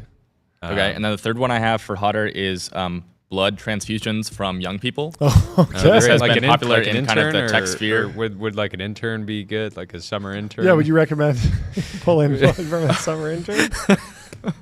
do volunteering? not be a summer intern for Brian Johnson. You will You will turn become into a blood boy. Okay, so then the next for friendlier, I have 2 items. The first one is MDMA microdosing. Okay. So Okay. I haven't tried this myself, No. but could be interesting. The next one is oxytocin nasal sprays. Yeah, that's the love chemical, right? Yeah, so this is supposed to Okay. increase people's trust. Sure. It makes you more generous, more empathetic. Okay. So that's somewhat dog-like. I don't know Definitely check why out. that just seems so wrong. Just like but at the same time, I mean, coffee has like a I'm sure a similarly strong effect, but just for feeling. Well, the dose is the poison, so you dose it correctly. Maybe there's something there. Interesting. Okay. Okay, Anything else? and then the last one is for the dumber. Yes. So the first one I have is scopolamine. Okay. So this apparently makes people confused, extremely compliant, and forgetful. Oh, okay. This So- could work. Okay. There This we could go. work. Okay. The next one is prefrontal lobotomy. Okay, I think people have tried this Yeah, throughout I think history. we're maybe going too far here. And then the too third far, one Tyler. is just lead. Just Again. lead, just lightweight Yeah, lead. yeah, Well, just a little lead. if you want to have some lead, just drink tap water. There you go. Okay, get you covered. Good luck to you. Well, thank you for Thanks for the deep solving dive. solving one of humanity's most pressing health challenges. Which is Indeed. how do we be more golden retriever like? Anyways, great show. We'll be Yeah. back tomorrow. I'm looking forward to it. There'll be some big news, We'll talk to you and tomorrow. we hope you have a fantastic Monday afternoon and evening. Goodbye. Cheers.